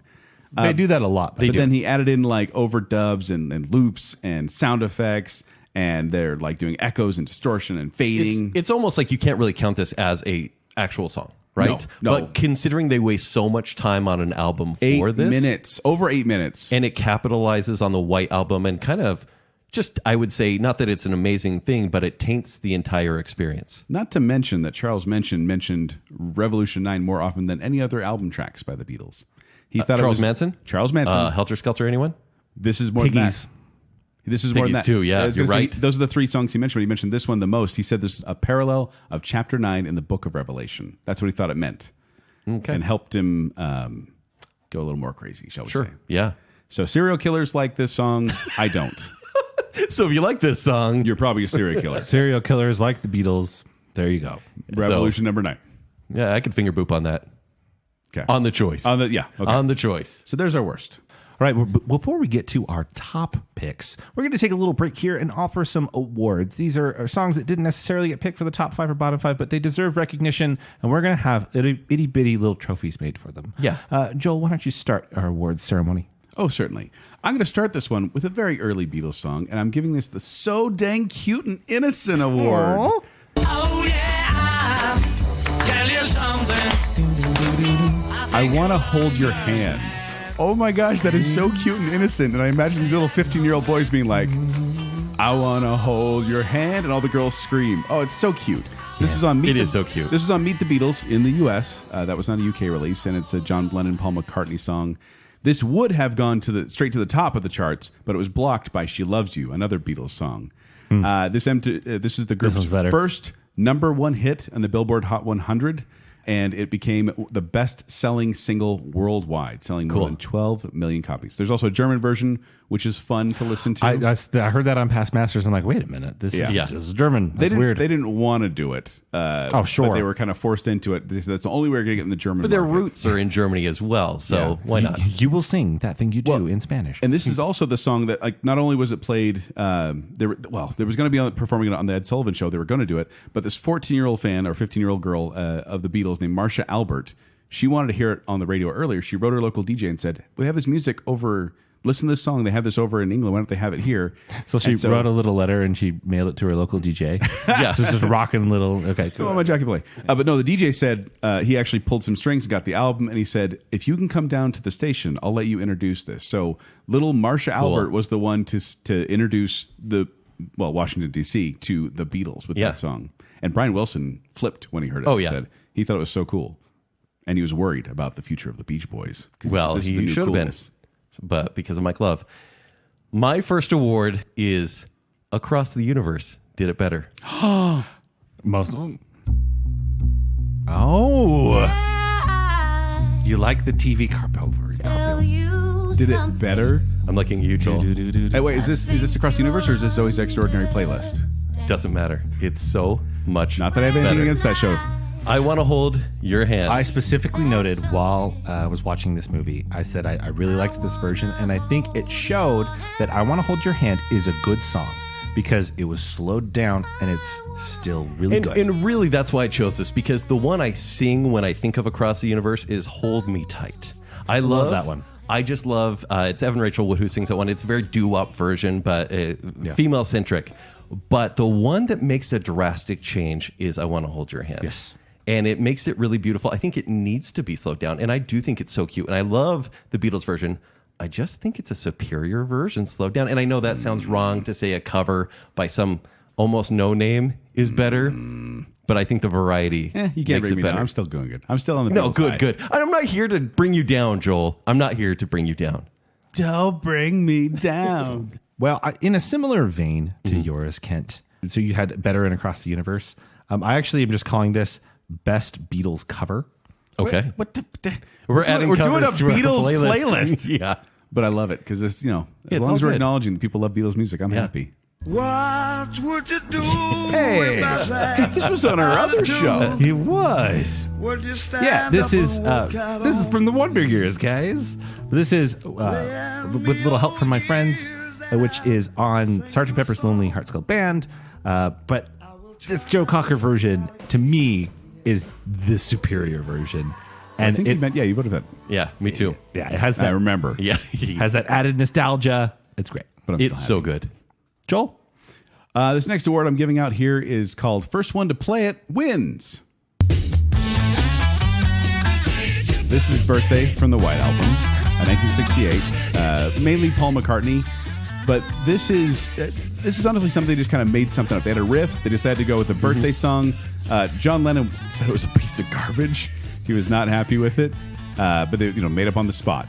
But this is the song that my family, we play this for each other every single birthday. We will call each other or video call each other. Because there's licensing rights with the birthday song. I know. We'll email each other. It's honestly like a Rickroll at this point. Okay. Where I'll be getting up my birthday and my brother will send me a link and it's like, oh, hey, check out this BYU play. It's really cool. And I'll click on it and all of a sudden, da-da-da-da-da-da. Okay, my I love brother has that. played it live for me before with his guitar. So Awesome. this is like the song, probably the most shared song of the Beatles among my family's birthday. All right, my next award is Best Use of First Name Basis. Beatles have a lot of love songs written to sometimes fictional women, sometimes real women, but there's so many songs written just to women, and this is my favorite. Michelle Mabel. I've always loved this song, even before I would say when I worked at Laguna Beach, there's a girl named Michelle that I didn't know what love was, but I kind of thought I was in love with her. And that made the song a little more significant for me. I totally get that. But that said, even when I was 13 years old trying to copy what it was saying in French, thinking it was the most romantic thing. Wait, go on. Très bien ensemble. Yeah, you did get the très bien ensemble. It's a son des mots Je n'ai qui pas français. vont très bien ensemble. And that isn't super romantic. All that means is are words that go together very well. Huh. So Michelle Mabel, these are words that go together very well. They just repeat that in French. That's all it is. Say, I love you, I love you. And John I Lennon added the I love you. yous, which just makes it so sweet. That's my super cute, adorable one. And I think the best dedication to a first name basis. You do have childhood innocence inside you. There it sits in there somewhere. Somewhere. All right, my next song is Get Ready for Game Night. All right, we're setting up the board right now. My gosh.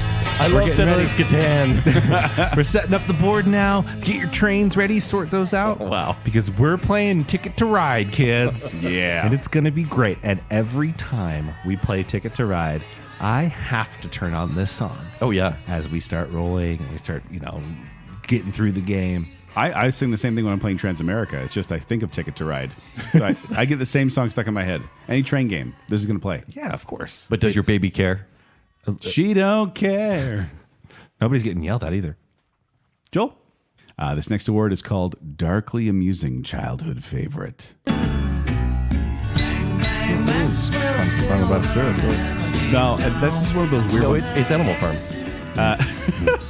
This is This is Maxwell Silverhammer. Maxwell Silverhammer. I thought it was yes. Piggies. No, this is Maxwell Silverhammer. As a kid, I remember listening to it, and I was like kind of that shocked and horrified, but kind of also intrigued by, is this a song about someone who kills someone with a silver hammer? It's so happy. It's so bouncy. And it is. It's this counterpoint of like happy music with a really dark message. And I don't know if this is maybe my first exposure to dark humor, but kind of, because I've listened to this since I was a kid.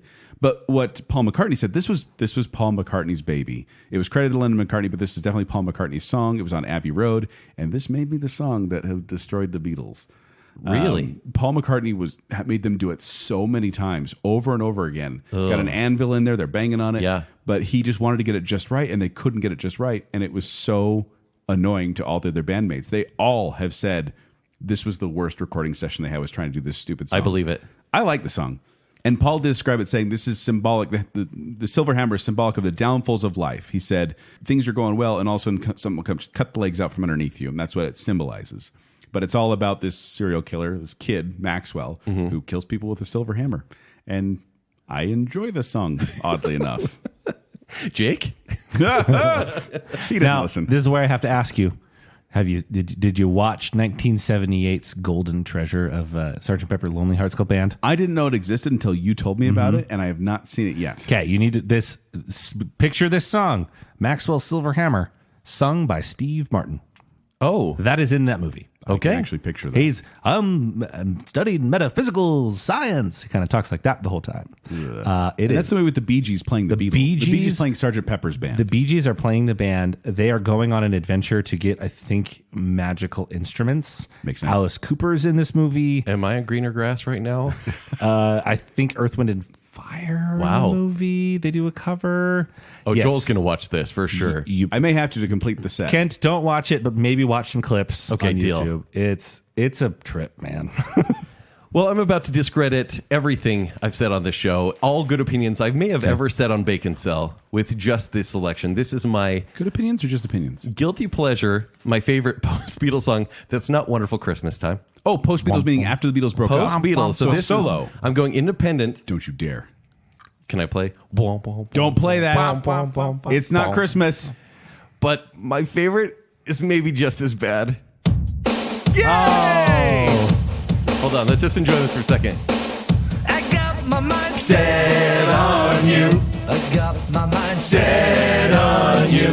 I got my mind Okay, got my mind set on you. This is a George Harrison song. It is. And I love it. I love it. From 1987 for his album Cloud 9. So this is actually a cover. Originally recorded by James Ray in 1962. When George Harrison first came over to the States in 63, he found this song and he's like, that was pretty cool. Put it away for 20 years.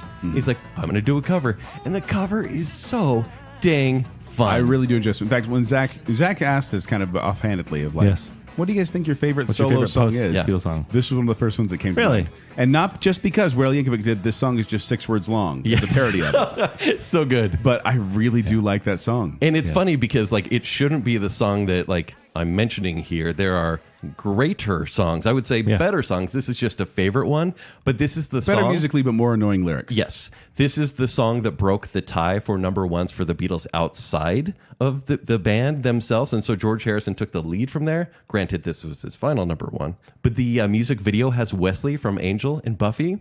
Does he's it? trying to win a ceramic ballerina in an arcade to win over a cute girl. And I was like, I kind of love this. I got to rewatch that music video. I could listen to this song whenever I'm in a bad mood and I will start dancing. That's how much I love it. Nice. It's an interesting choice. Am I wrong for choosing it? No. I need validation No, here, it's guys. a good choice. I would agree with you, Ken. You know, Oh, I you would have picked Live and Let Die. Yes. Okay. Because it's a James Bond so song. you don't have a post Beatles one. I didn't officially put it as a Okay. category No. because it was too That obvious. probably would have been mine, Ken, honestly. Oh, okay, good. Really? Because, well, the thing is, I love Imagine's music, but sometimes it just gets really kind of, I don't know. Yeah. Annoying. It's terrible. And It's a terrible song. And same with Happy Xmas War is Over. Terrible song. Wonderful music. Not a fan of the lyrics as Yeah. much. But that one probably would win. And there's a couple by John Lennon, like Beautiful Boy and Jealous Guy, that I also enjoy, but George Harrison would win it. A Beautiful Boy, but only as done in Mr. Holland's opus. Oh, I'm crying again. Oh no! Oh. Yeah, I would have picked Live and Let Die. Joel, if you want to put it on the playlist, I wouldn't be mad. Just saying. I might. My next award is the Hauntingly Beautiful award. Ooh. Yes. That's you, Zach. Oh, yeah. I Want You She's So Heavy? Oh, the Beach Boys. It might as well be. Yeah. I would love if the Beach Boys No, covered I this. love the harmonies. in This is one. Because from Abbey Road. Is this the best harmonies on a Beatles song, too? Might be. It's up there. But then This is on Across the Universe as well, isn't it? It is, and Yeah. they do a great job. Essentially, it's just a straight cover with more talented singers, if I'm being honest. But this song gives me chills. Are there lyrics outside of the chorus that they just repeat? 'Cause that often gets annoying for me, but Well, it's just different, because the sky is blue, it makes me cry. I do love this song. A lot of people, they tied this song to September 11th because the sky was blue because there were no planes. okay. Oh, wow. Right? I'm like, oh, that's Wow. spooky now. Okay, heavy. But it's to me one of those songs that you don't always throw it on, but when you do, you kind of stop and you just listen for a minute. Maybe you don't finish the whole song, but you're like, wow, those harmonies. It feels heavy while you're in it. Yeah, they're Important. a lot, but they're good. Which album was Yeah. that on? Abbey Road. That's right. Yeah. So that is mine. It is Because. My final award for this is George finally got it right. And so I'm going to play this for you now. What? Abbey Road, the last album. Well, the second to last album, but the last album. You know how that works. George Harrison wrote this one, and it is fantastic. Like, I was actually shocked that after all the George Harrison not good ones I listened to, that I listened to this one and I went, I am the George Harrison blown song. away by this selection. It is. Why? It's a great song, but it's not the George Harrison Finally Got It Right award. No, but that's things. Well, you may do one of the other ones. I am going to. Because he actually got it. He did get it right. I have 1, 2, 3, 4 total songs that I like for George Harrison. Yeah. Including this one. This was one he wrote actually while he was playing hooky. He was supposed to go to this meeting at Apple, and he decided to play hooky at his buddy Eric Clapton's house, and he was sitting in his garden, and he wrote this song. Look, guys, I don't want to point fingers at things that cause people to become better. Okay. But apparently, this was a difficult time for George Harrison. But after he got his tonsils removed, he wrote this song. So I think maybe the tonsils were holding him back. Oh, geez. A little bit. To me, this is a song that's you're starting a rom-com and you're getting ready for the day and you're walking to your high-power job for sure. He did write a follow-up called Here Comes the Moon on one of his solo albums as a spiritual successor to the song. It's not that good. I feel that George Harrison was like, I'm going to write a song like the other guys did in the early 60s. This feels like an early Beatles song, except for it's very polished. It is. And It's I feel got like this wonderful sound he to could it. finally spread his wings a little bit because he was always just in the background. He's like, oh, I can write hits maybe too, for a guys. reason. Guys, can I write songs? Couldn't really. But I'm going to throw this out there. This may cannibalize anything you're going to say, but Sure. I have to give honorable mention also to Something, to Taxman, and to While My Guitar Gently Weeps, because I think all three of those George For sure. Harrison songs also are George finally got it And right. very late era Beatles. Yeah, but Here Comes the Sun, I absolutely love this song. And by the way, if you haven't heard the cover by Voodoo Glow Skulls, also really fun. Okay, It's like I'll a check really it out. punk version. Kent? I can give this a couple names. George Harrison did it right again, but I'm also saying the most romantic Beatles song. Really? Yeah, I thought it was going to be Taxman. Romantic. Absolutely. I thought it was going to be Taxman.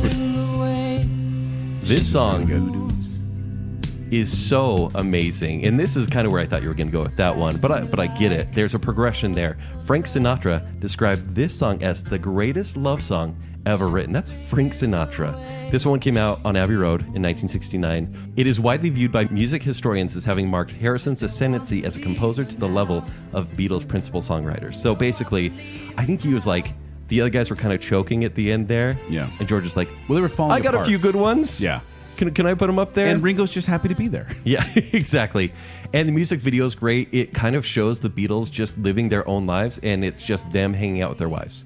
And it really just kind of showed the separation of the band, but this is the person I love. And it's got one of the best bridges of Beatles songs, and it's just so sweet. But yeah, It's almost got like a Clapton-esque thing to it. very much so. Yeah. Yeah, Something is amazing. I agree. That's a good pick. Zach? This isn't the most family-friendly award. Sorry, Joel. I call this, should I partake of the fungus grass? No. Don't do it, kids. Strawberry Fields. It's about partaking of strawberries. Ready? Here we go. Let me take you down, 'cause I'm going. Whoa. You guys seeing those colors too? Wow. I feel like I don't need to partake of anything. I just got the vibe. In concept, anytime I see this on an album, I'm like, I kind of want to skip Strawberry Fields. And then it starts, I go, I'm listening to the entire thing. It's a vibe. There's something spacey about it. Like, Yeah. Oh, yeah, definitely. If you've never tried it, just listen to this song. Like The song? in a dimly lit room, in a quiet, dimly lit room, and just stare at the wall for a minute. Can Joel bring his lava lamp? Yeah, I do And have a lot of suddenly it will start to spin. It's great. Also, again, we've referenced this not that great movie too many times, but it reminds me in Across the Universe when he's pinning strawberries into the wall and singing that song. Yeah.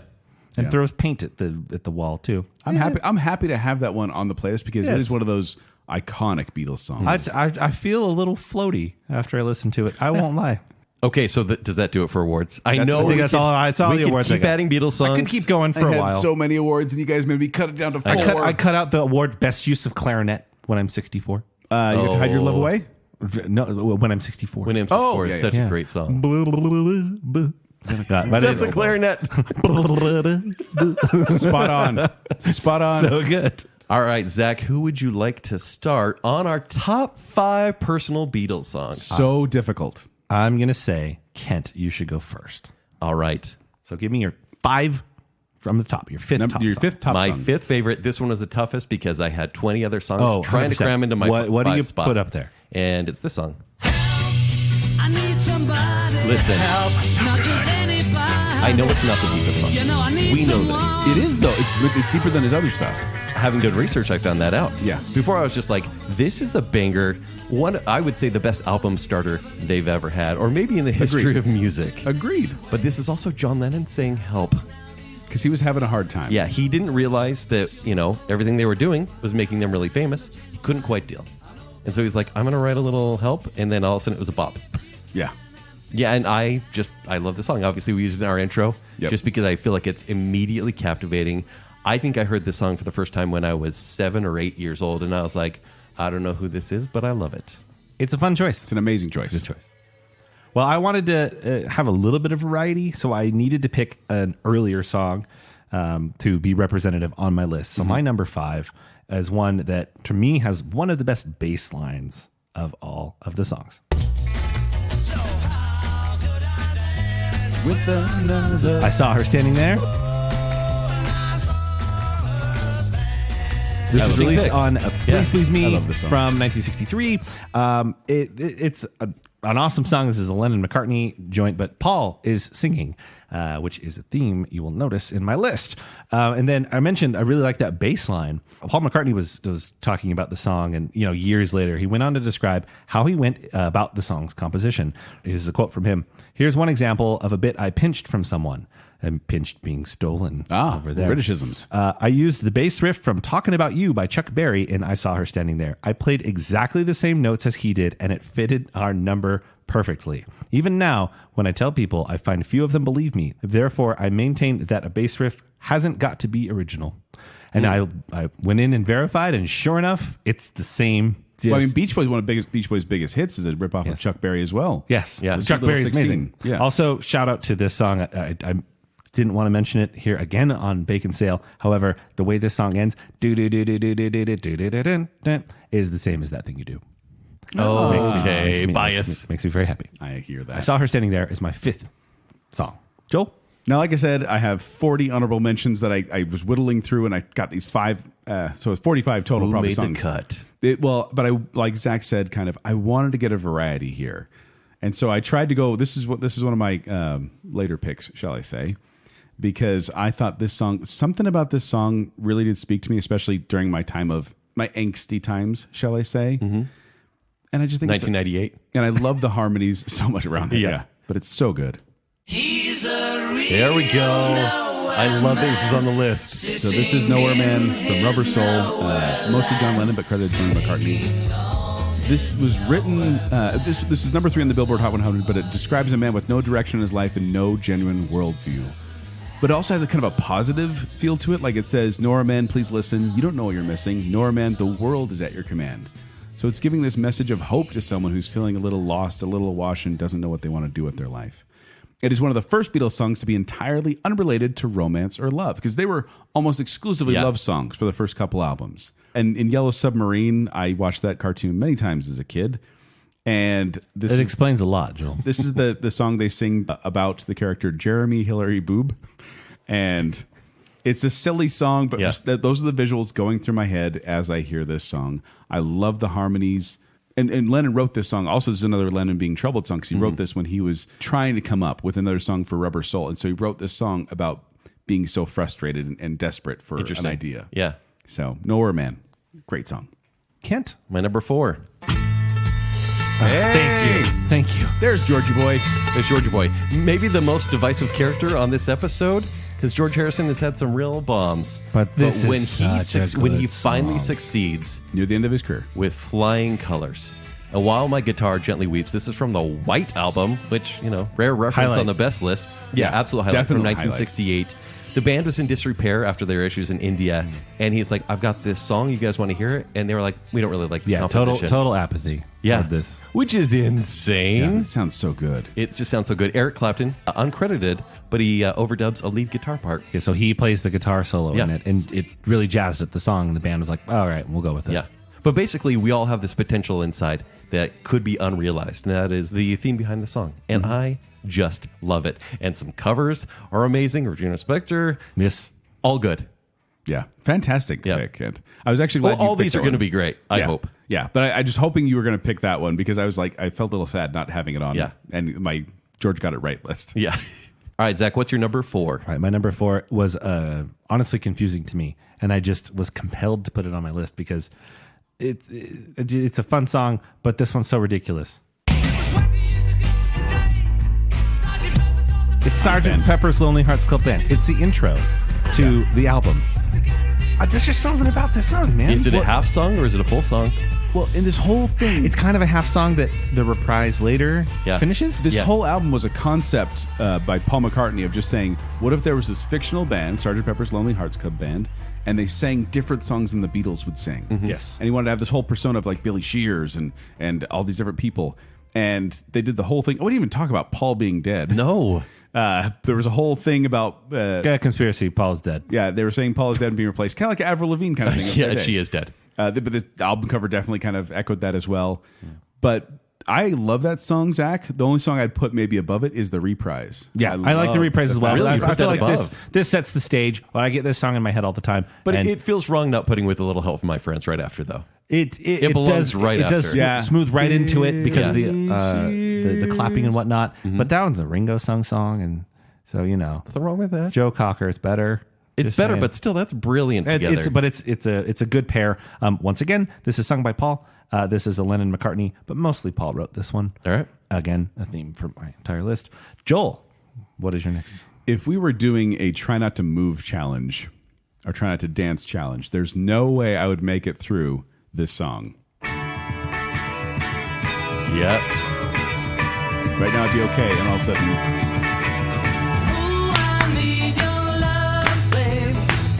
8 days a week. This was almost my intro. Yeah? 3 Podcast Geeks. Oh, Three Yeah. It's such a good Geeks. song.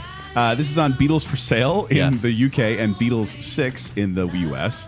This is McCartney's idea based on something he heard from a cab driver when he said, "How you been?" And he's like, "Oh, working hard, working 8 days a week." That's just, There's only 7. but one of the reasons I think this song stuck out to me. I love the clapping, I love the beat, but like the fade in, the opening fade in is kind of this unique sound to a Beatles song where they don't just kind of jump Yeah. on a note. It's kind of like the song just appears and comes up over the horizon. Like Hard Day's Night starts by yelling at you. Just Yeah.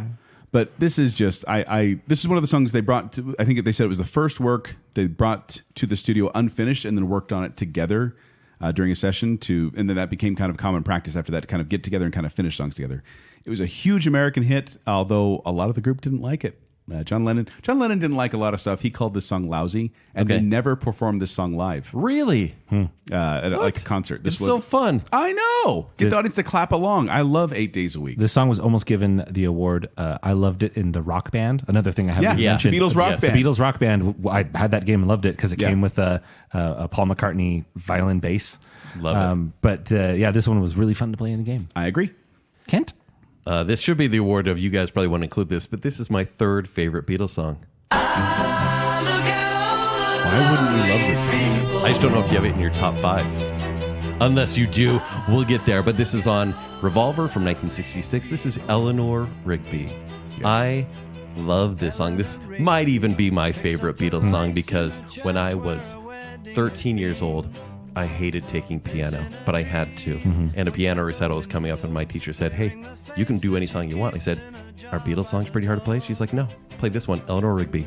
I can still play it to this You day. can? Because I quit piano right after that, so it was the final song I ever played.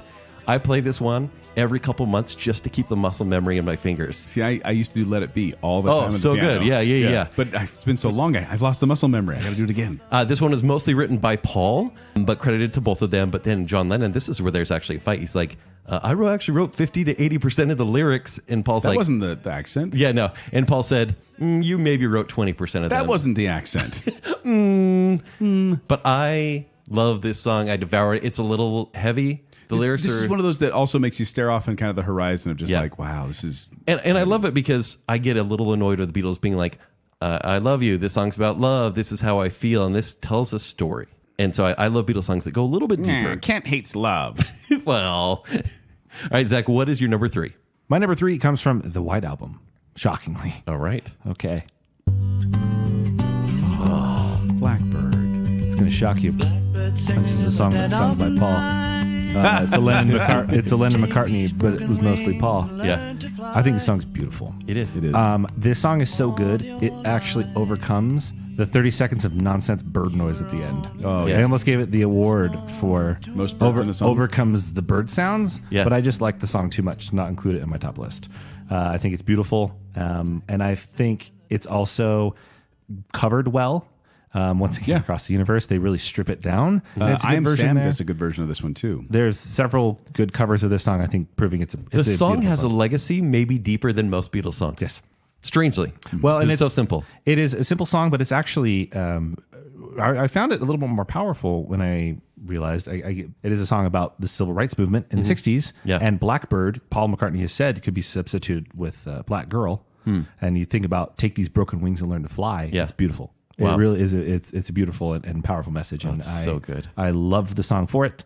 I really would like the birds to not be there at the end. But this is a good song nonetheless. Blackbird from the White Album. Joel? Once again, going with variety, I decided it was time for me to pick a cover. Okay, who's this a cover of? The Isley Brothers, And when did they do it? 1962. So is it? And Beatles did it in Was it 1963. a popular song, or was it one of those situations It where hit the charts by the Isley Brothers, but in fact, when I told my dad and my mom, I told them my top 5, and my dad was like, "Twist and Shout isn't the Beatles song," and I said, "I didn't say original songs." He's like, "But it's not a Beatles song," and I said, "They made it their own." He's like, "You can't argue with that." I would say this is probably the more popular version now, Oh, definitely. but yeah. But that thing is like this song. This was one of their big boom hits that went out there, and we talked about this kind of on our cover show. But John Lennon did a take, ruined his vocal cords, tried to do a second take, didn't have anything left, and like can't do it. And so this is actually called the most famous single take in rock history. Oh, wow. This is a single take song, and it would have hit number 1 if it weren't for "Can't Buy Me Love." And this was they did this Hate one- being number 2. Yeah. They did this one at Ed Sullivan in 1964, one of the songs they played during that thing. And then, of course, we talked about it, Zach, this was in Ferris Bueller's Day Off, which leads me to ask myself the question, do I love this song because it's in Ferris Bueller's Day Off, or do I love Ferris Bueller's Day Off because it has this song in it? You love Ferris Bueller's Day Off because it's a good movie. That's is a also fine true. enough song, but it's you love Ferris. Also, when I was in 5th grade, we were asked to do a project for the class where we had to perform a song. And we could either perform it live or we could perform it at home and record it and then show the tape. This was the song I chose, was Twist and Shout. Okay. Did you do it live? I did it. I recorded it on my fireplace at home with the stereo playing, and it was very cringeworthy. And I hope that tape is destroyed. I would love to see that so much. But I love the harmonies. It's just a fun, full of spirit song, and it always makes me happy whenever I hear it. So Twist and Shout. Kent's number. I'm going early on this one. Number This is my 2. number 2, and it's from With the Beatles from 1963. Close your eyes and I'll kiss you. Tomorrow I'll miss you, all my loving. It's great. Written by Paul McCartney. It's great. This is the first song that Paul McCartney wrote the words for. He wrote the words first on this song. Normally he wrote the music, and he's like, I'll fit something in there.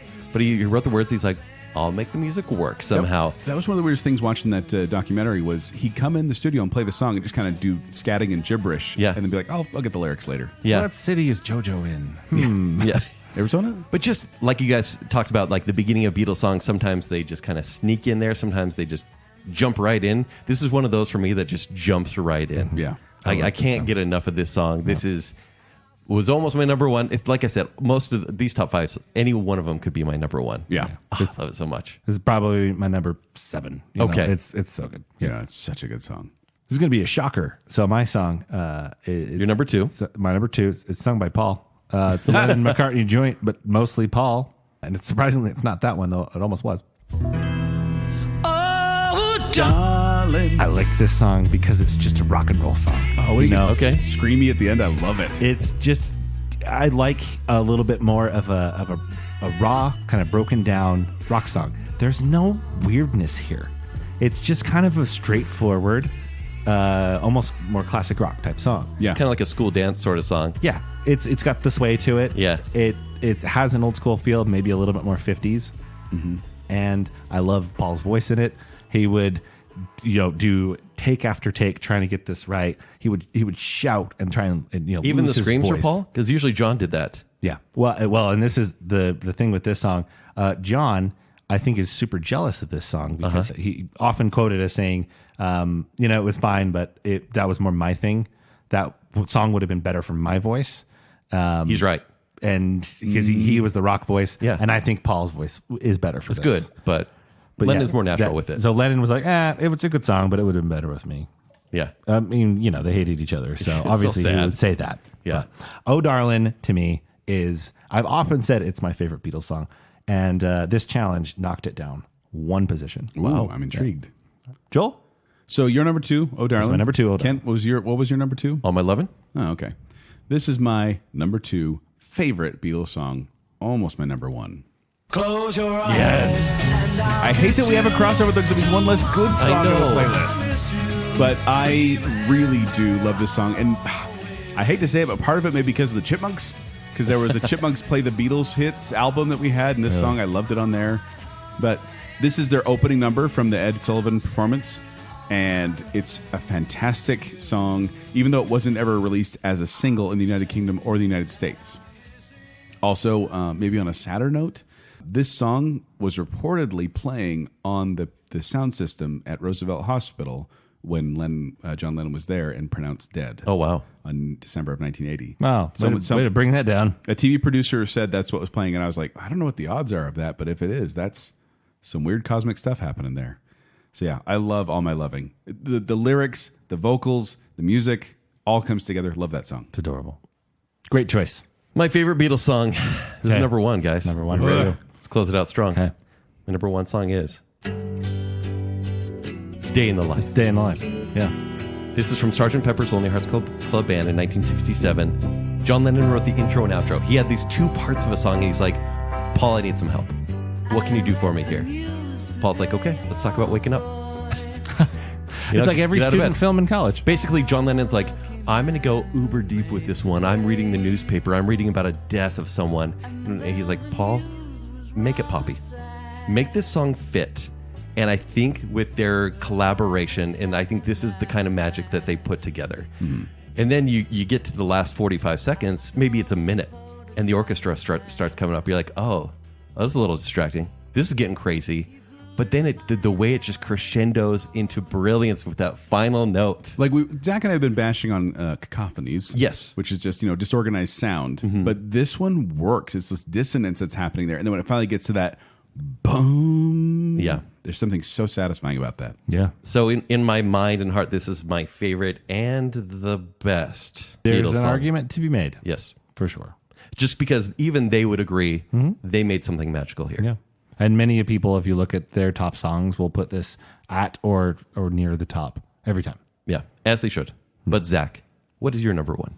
My number 1 is a beautiful, lovely, maybe saddish little ditty. Eleanor Rigby. Yeah, okay, another double up. Okay, I knew it was going to happen. Guys, I feel like you should include 2 other songs that have been on the playlist as well. Yeah, maybe. Just because. Why this song, Zach? This song just it hits me. I think it's because it shows musicianship. This to me, doesn't matter that it's the Beatles. Anyone could have played this song, and I would think, oh, that's a good song, right? It's not tainted by the Beatles-isms. Yeah, it's just it's sung by Paul. It's a Lennon-McCartney joint, but it's mostly Paul, which is shocker. My entire list. What I really like as well is the instrumentation. So Eleanor Rigby does not have the regular instrumentation and the regular backing. None of the Beatles played instruments on it. Although Lennon and Harrison did contribute harmony vocals, like Yesterday, Eleanor Rigby employs classical string ensemble. In this case, an octet of studio musicians comprising 4 violins, 2 violas, and 2 cellos, all performing a score composed by George Martin. Wow. So this isn't actually Beatles playing their instruments. I think it's one of the reasons I like it. I think it's just a well-written orchestral type song. Although I just realized none of us picked Yesterday, which is literally, I think, the most covered song ever. Wow. I don't like it. I love it. So I love it, but I didn't put it. We'll include it on the playlist probably. Maybe if we have to substitute out, but I can tell you what, I'm going to have to substitute out another song because my number 1 has already been discussed. Really? But it really is when we talked about favorite Beatles songs, I was like, I don't know what I'm going to pick. And this one kept coming to mind. And I went, that has to be it then. So good.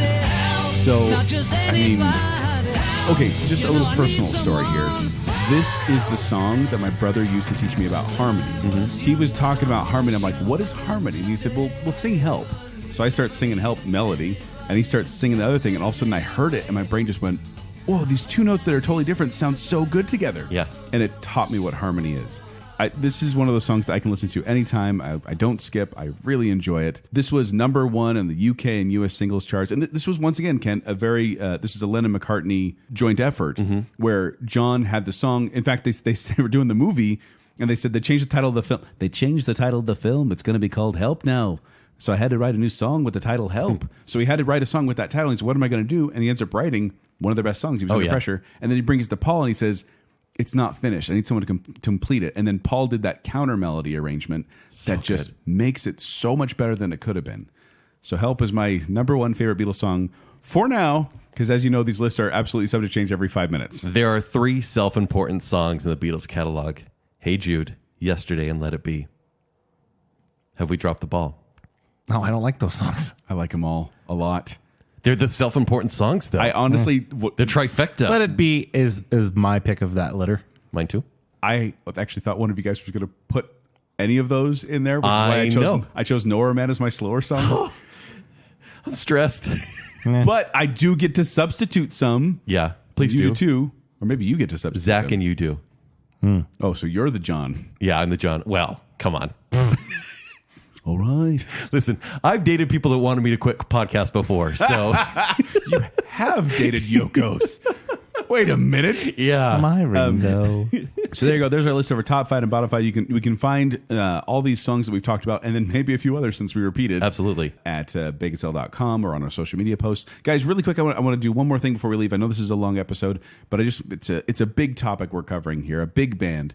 I want to just ask you real quick, top favorite album. Like your favorite album, maybe your least favorite album, just real quick. Real quick, Rubber Soul, favorite. Favorite album. Yeah. That's my parents' favorite. Least favorite, Yellow Submarine. Oh, okay. Kind of a cheat because so Half many of of the it songs is are a instrumental. soundtrack. Yeah. Not even the Beatles. Yeah. So, but yeah, that's how it goes for Okay. me. Zach? Zach?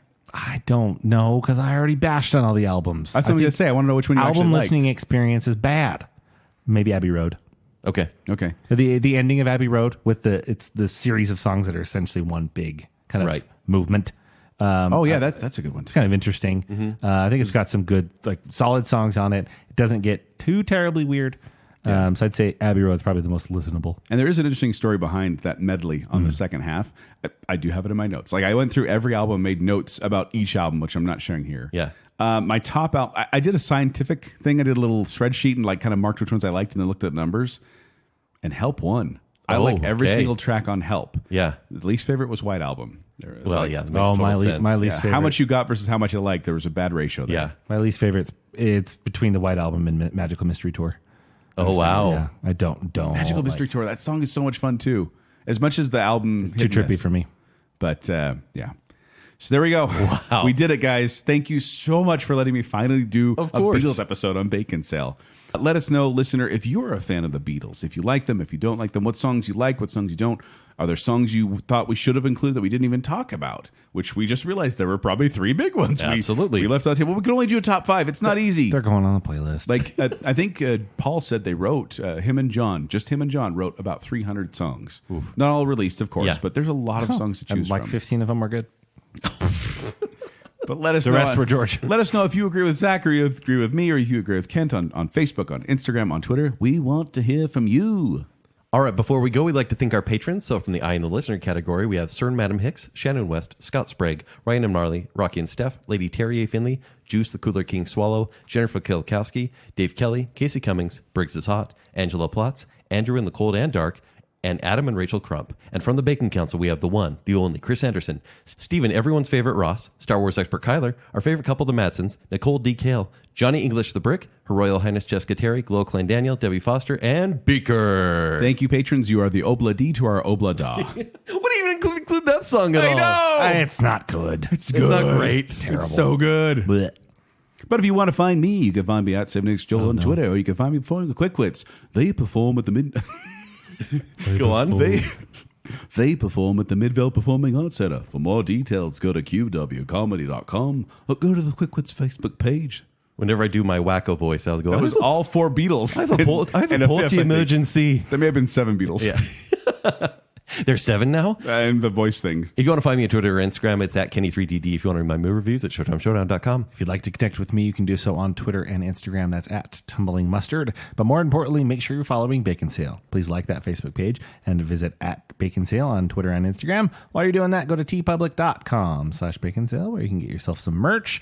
And then if you like the show, you like what's going on here, and you want to support us further, visit patreon.com/Baconsale. Support starts at just $3 a month, and you can get us some, like, if you want the video game talk, we sometimes talk about video games on Bacon Bits.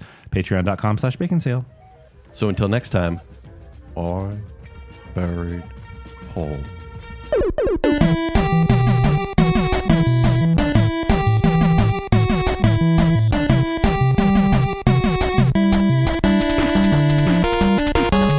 I am on a Beatles high right now, and I just want Nope, you are not allowed to do that. not kind of Beatles high. It's a side of gravy for you, Zach. I'm going to put my fingers in it. Do it. I definitely remember that conversation in Cracker Barrel where you broke my heart. I'm burping. I'm ready for Jim Sturgisance. I was born and raised in Beatlesville. We need a guy with a punchable face who's also adorable. Okay, they're no longer the Imagine Dragons of their time. Yeah. Oh, so now the greener grass has mushrooms in it. Apparently. The Beatles are the greener grass with fungus. Paul is Leonardo. John is Raphael. Donatello is George. And Paul is Michelangelo. And then you get Ringo, who's happy to be there. He's so cute. Oh, I feel like killing somebody right now. Oh, take it easy. There is some nonsense Show stuff. me on the doll where the benefit of Mr. Kite hurt you. That's a weird school. It was a weird school. We're nerds. It's a prequel to Dancing in the Street. Sure. Dancing. Yeah, that's all. Yellow Submarine sticks with you forever. So serial killers like this song. I don't. So if you like this song, You're probably a serial killer. Well, I can tell you what you're saying. We all know what we're talking about. there's karate involved. And there's an instrument, but it's not a piano. Zach, I love that. Man, You do have childhood innocence inside you. there sits in there somewhere. Somewhere. Oh, I'm crying again. Oh, no. That's a clarinet. Spot on. Now let's all jump in. I'm One Baconsale. Baconsale. Sorry. Gonna yell at a baby.